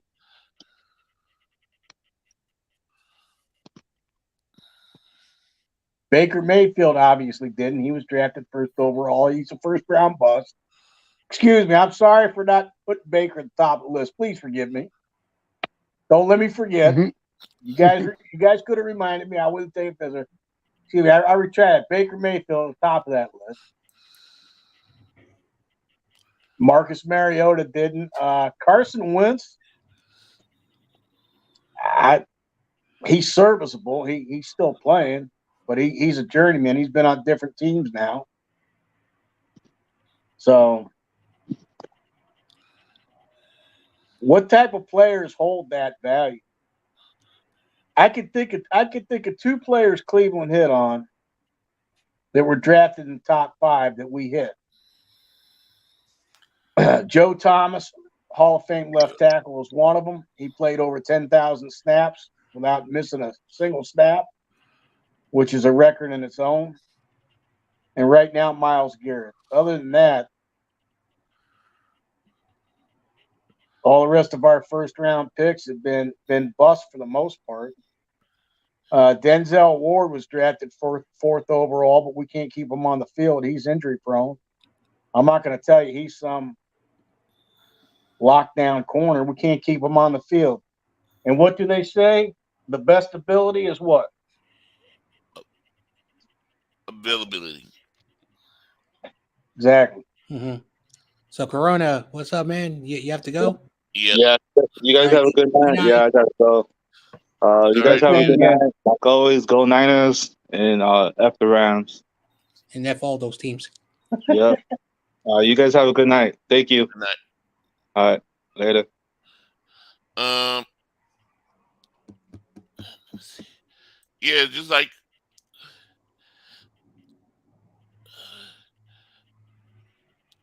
we we do good in the later drafts. A lot of our players that we get, a lot of our only a few like Brandon Ayuk, he turned out to be good. Um, Nick Bosa, he was the first rounder. He turned out to be good. Um, who else? David McNair. Could you name all our players that's drafted the first round? Sam Debo. Debo. Debo. Debo was a second rounder. Oh, was he? Yep.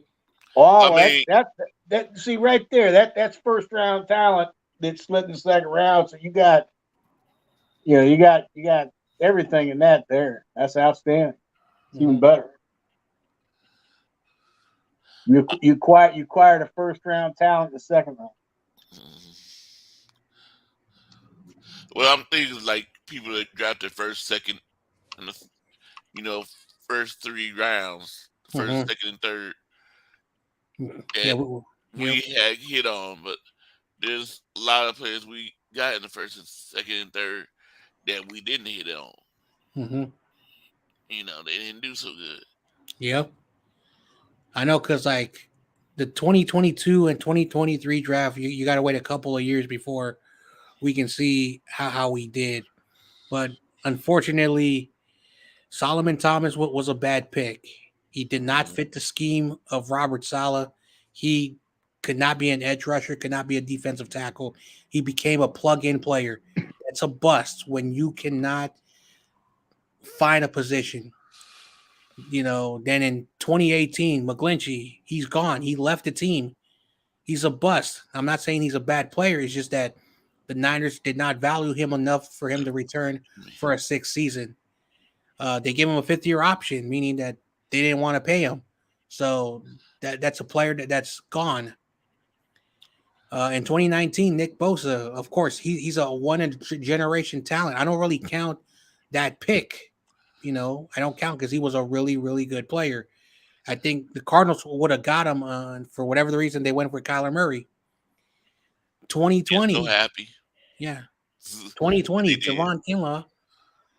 Because, the big mistake, we let Buckner go. We don't know if he'll be on the team in a few days, or even if he is on it, will he be on for the 2024 season? His future is Question Yeah. mark. So he might be a bust. He's also been hurt. So and then in the 2021 draft, we got Trey Lance. He's gone. So as a talent evaluator, Kyle and John and the scouts have been missing on a lot of these early picks. So again, if Kyle's running it, is Kyle a bad evaluator? Why doesn't Kyle just take a step back and let Adam Peters, John Lynch, and the scouts make the selection and he coaches the team? But he wants too much input because I think it was leaked that they wanted Justin Fields, but Kyle was so set on Trey Lance. Trey Lance. They tried to convince him in the last minute. He did not budge. And Okay. look what happened. Trey is in Dallas. While you're on that thought, can I ask you something to help clarify more, or what you gonna hold that thought with? When you said talent evaluator, are they when they make their draft selections, when your scouts and John Lynch and Coach Shanahan, when your staff, when they're scouting and when they arrange their draft board and they scout these players, do they scout like a football guy where they really look at them eye to eye, tape, or are they doing what Cleveland does? Analytics. They fucking go on the computer and they evaluate these guys by analytics, which sucks. Are they a football guy actually looking at them with their own eyes and reviewing tape like you did before you had analytics, or are they selecting by analytics? Continue, please. So I don't know if the Niners use analytics. I'm not 100% sure, but there was a report that came out where in 2017, there was a running back that Kyle wanted from Utah State, a small school, a Mountain West school, and he really liked them. Kyle sent someone out there. I don't know if it was their running back coach, and the running back coach spoke to the coach. He said, "Oh, here's the analytics. Here's the no." He said, "You need to write a report and tell me why he is good, what he can do." And then when they send the report to Kyle, Kyle liked the report and he took this guy called Joe Williams. He got cut. He got cut that same year. He didn't suit up.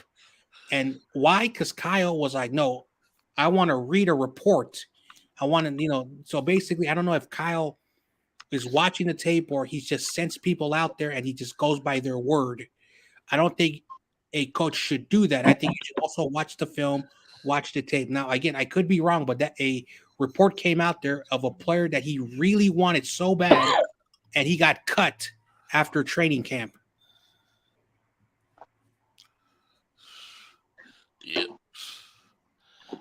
David Meniner.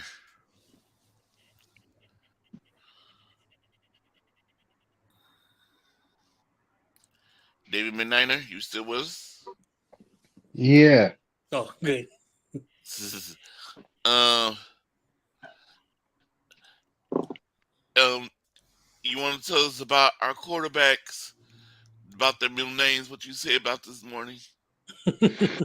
So we have Samuel Richard Darnold. We have Brock Richard Purdy, but Brandon Duck Allen just doesn't fit the mold. His middle name is not Richard. Yeah. So we had James Richard Garoppolo. So apparently, the style of quarterback Kyle likes is a guy with a middle name of Richard. Wow. Is Matt Ryan's middle name Richard? No, I actually looked at all the free agents to see if there was a guy.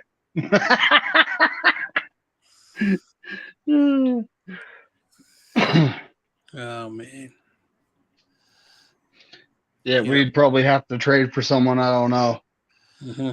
Did you hear what David Clark question was? Uh-uh. Analytics. When you guys I'll say it again.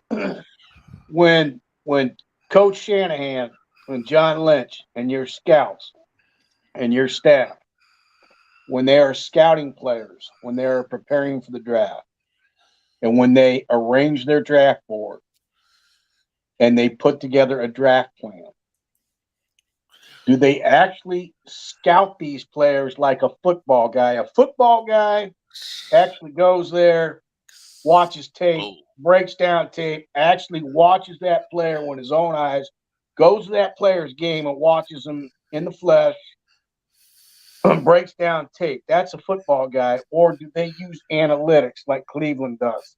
Do they go to the computer We and use rate the guy with in-person scout. analytics? What's that? We use in-person scouts. There's guys that travel the country game to game. You know, they literally Division 1, Division 2, it doesn't matter. We got scouts all over the place. So when they put and together that is true. That So is when true. they're- Joe Williams did play for Utah. So when they put together their draft plan, they're not using analytics. They're really looking at these guys. Yep. And they're making their selections like a football guy does. Not a Ivy League computer analytic geek like Kevin Stefanski. That sounds like Moneyball type of stuff, you know. Yep. You guys should be. I mean, you guys, if you're making your draft picks like that, of course, you also got to take in consideration the draft is a crapshoot. You're not going to hit on every pick. We all know this. And yep. I mean, George Kittle's a good example. Was Kittle a fifth rounder? Split in the fifth round? Kittle was a fifth. I think Hufunga was a sixth. Our starting right guard, he was a fourth. He was out of a small school. Kittle's every bit of a first round talent, and then I know how McGlinchey was hyped up as this, all pro Hall of Fame type tackle. I know he didn't work out for you. I understand that, but you're not going to hit on all of them. I know, and that is true. Like a lot of people forget that the first round, like these are numbers from some guy who is called what's his name, Jim Trotter, who's in the NFL Network, and he knows some content creator who covers the Raiders football team, and Jim Trotter said, pick 1 to 32. Okay, pick 1 to 32. All right, 50% of those draft picks are getting their fifth-year option. I'm not saying that they're good, but they're receiving their fifth-year option.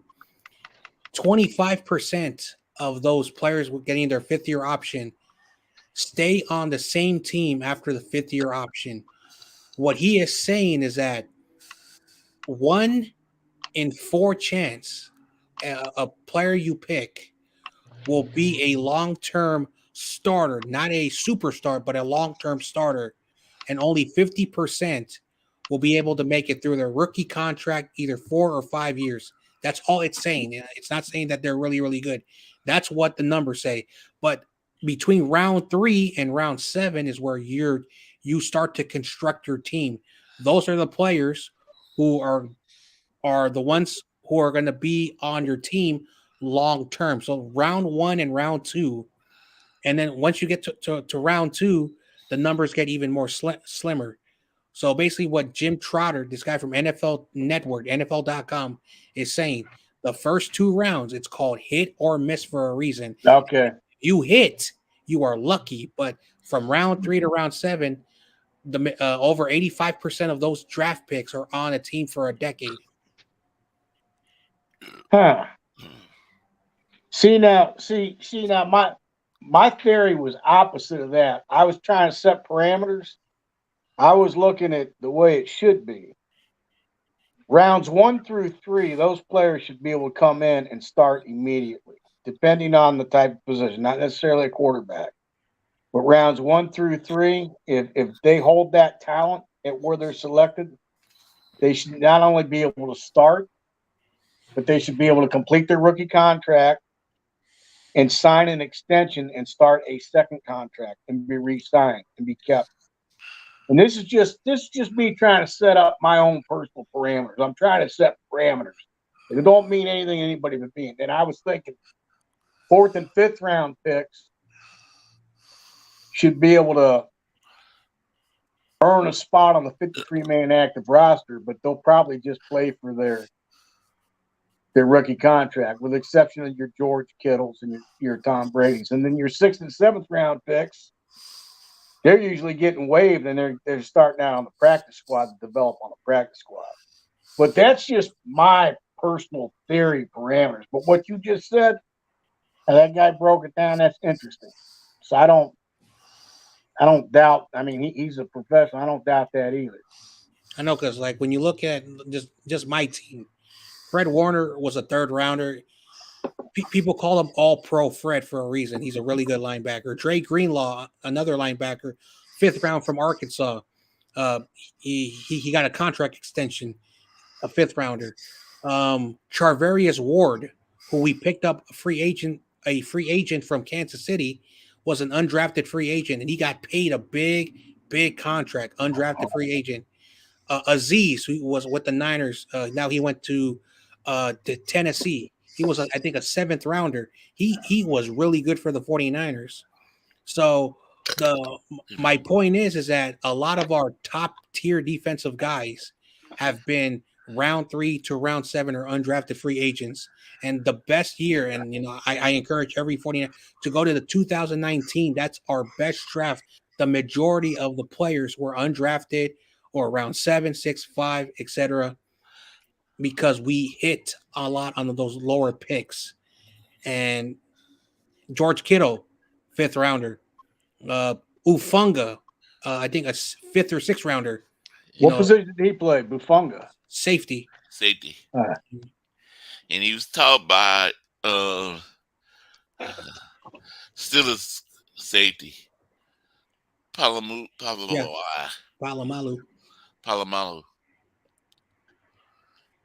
So, and last but not least, even though Diamador Lenore, he has his issues, he was also a late round selection. So the majority of our starters on the defensive side of the ball, like Kinlaw was a first rounder, he may not be on the team next year. So anyway, but Corey, I really want to stay on. I'm getting kind of tired. I want to go have some dinner. So I'll see you guys tomorrow. Yeah, I'm about to end it. Okay, then I'll wait. Because I would like to thank everybody that came on. And thank you, David Clark, for coming. Appreciate that. Thank you, No Border Sports, David Corona, Brian Cup, John J, David McNiner. I appreciate all of you that came on today. And I did start late today. I was supposed to start at 7, but ended up had to go on 8 because I went out to dinner today, and I thought I'd be back on time, but it was a far out place. It was hot out there too. It was fun to listen to some music, eat, had a band playing. Thank you, Randy, for coming. Crazy Juice, Bebop Jones, TC again, new Lord Cat, Shaw Show. Thank you, CG. Damian Lee, thank you. I appreciate everyone that came. Brian Cook, David Villa, thank you. And I'm going to play my ending music and end the show. Well, hey, I got to say go 49ers and F the Lambs. Yep. Okay, go ahead. That's right. Hey, good luck to you guys. Thanks for having me on again, Corey. Thank you. All right, buddy. Have a good one. Nice to meet Peace. you.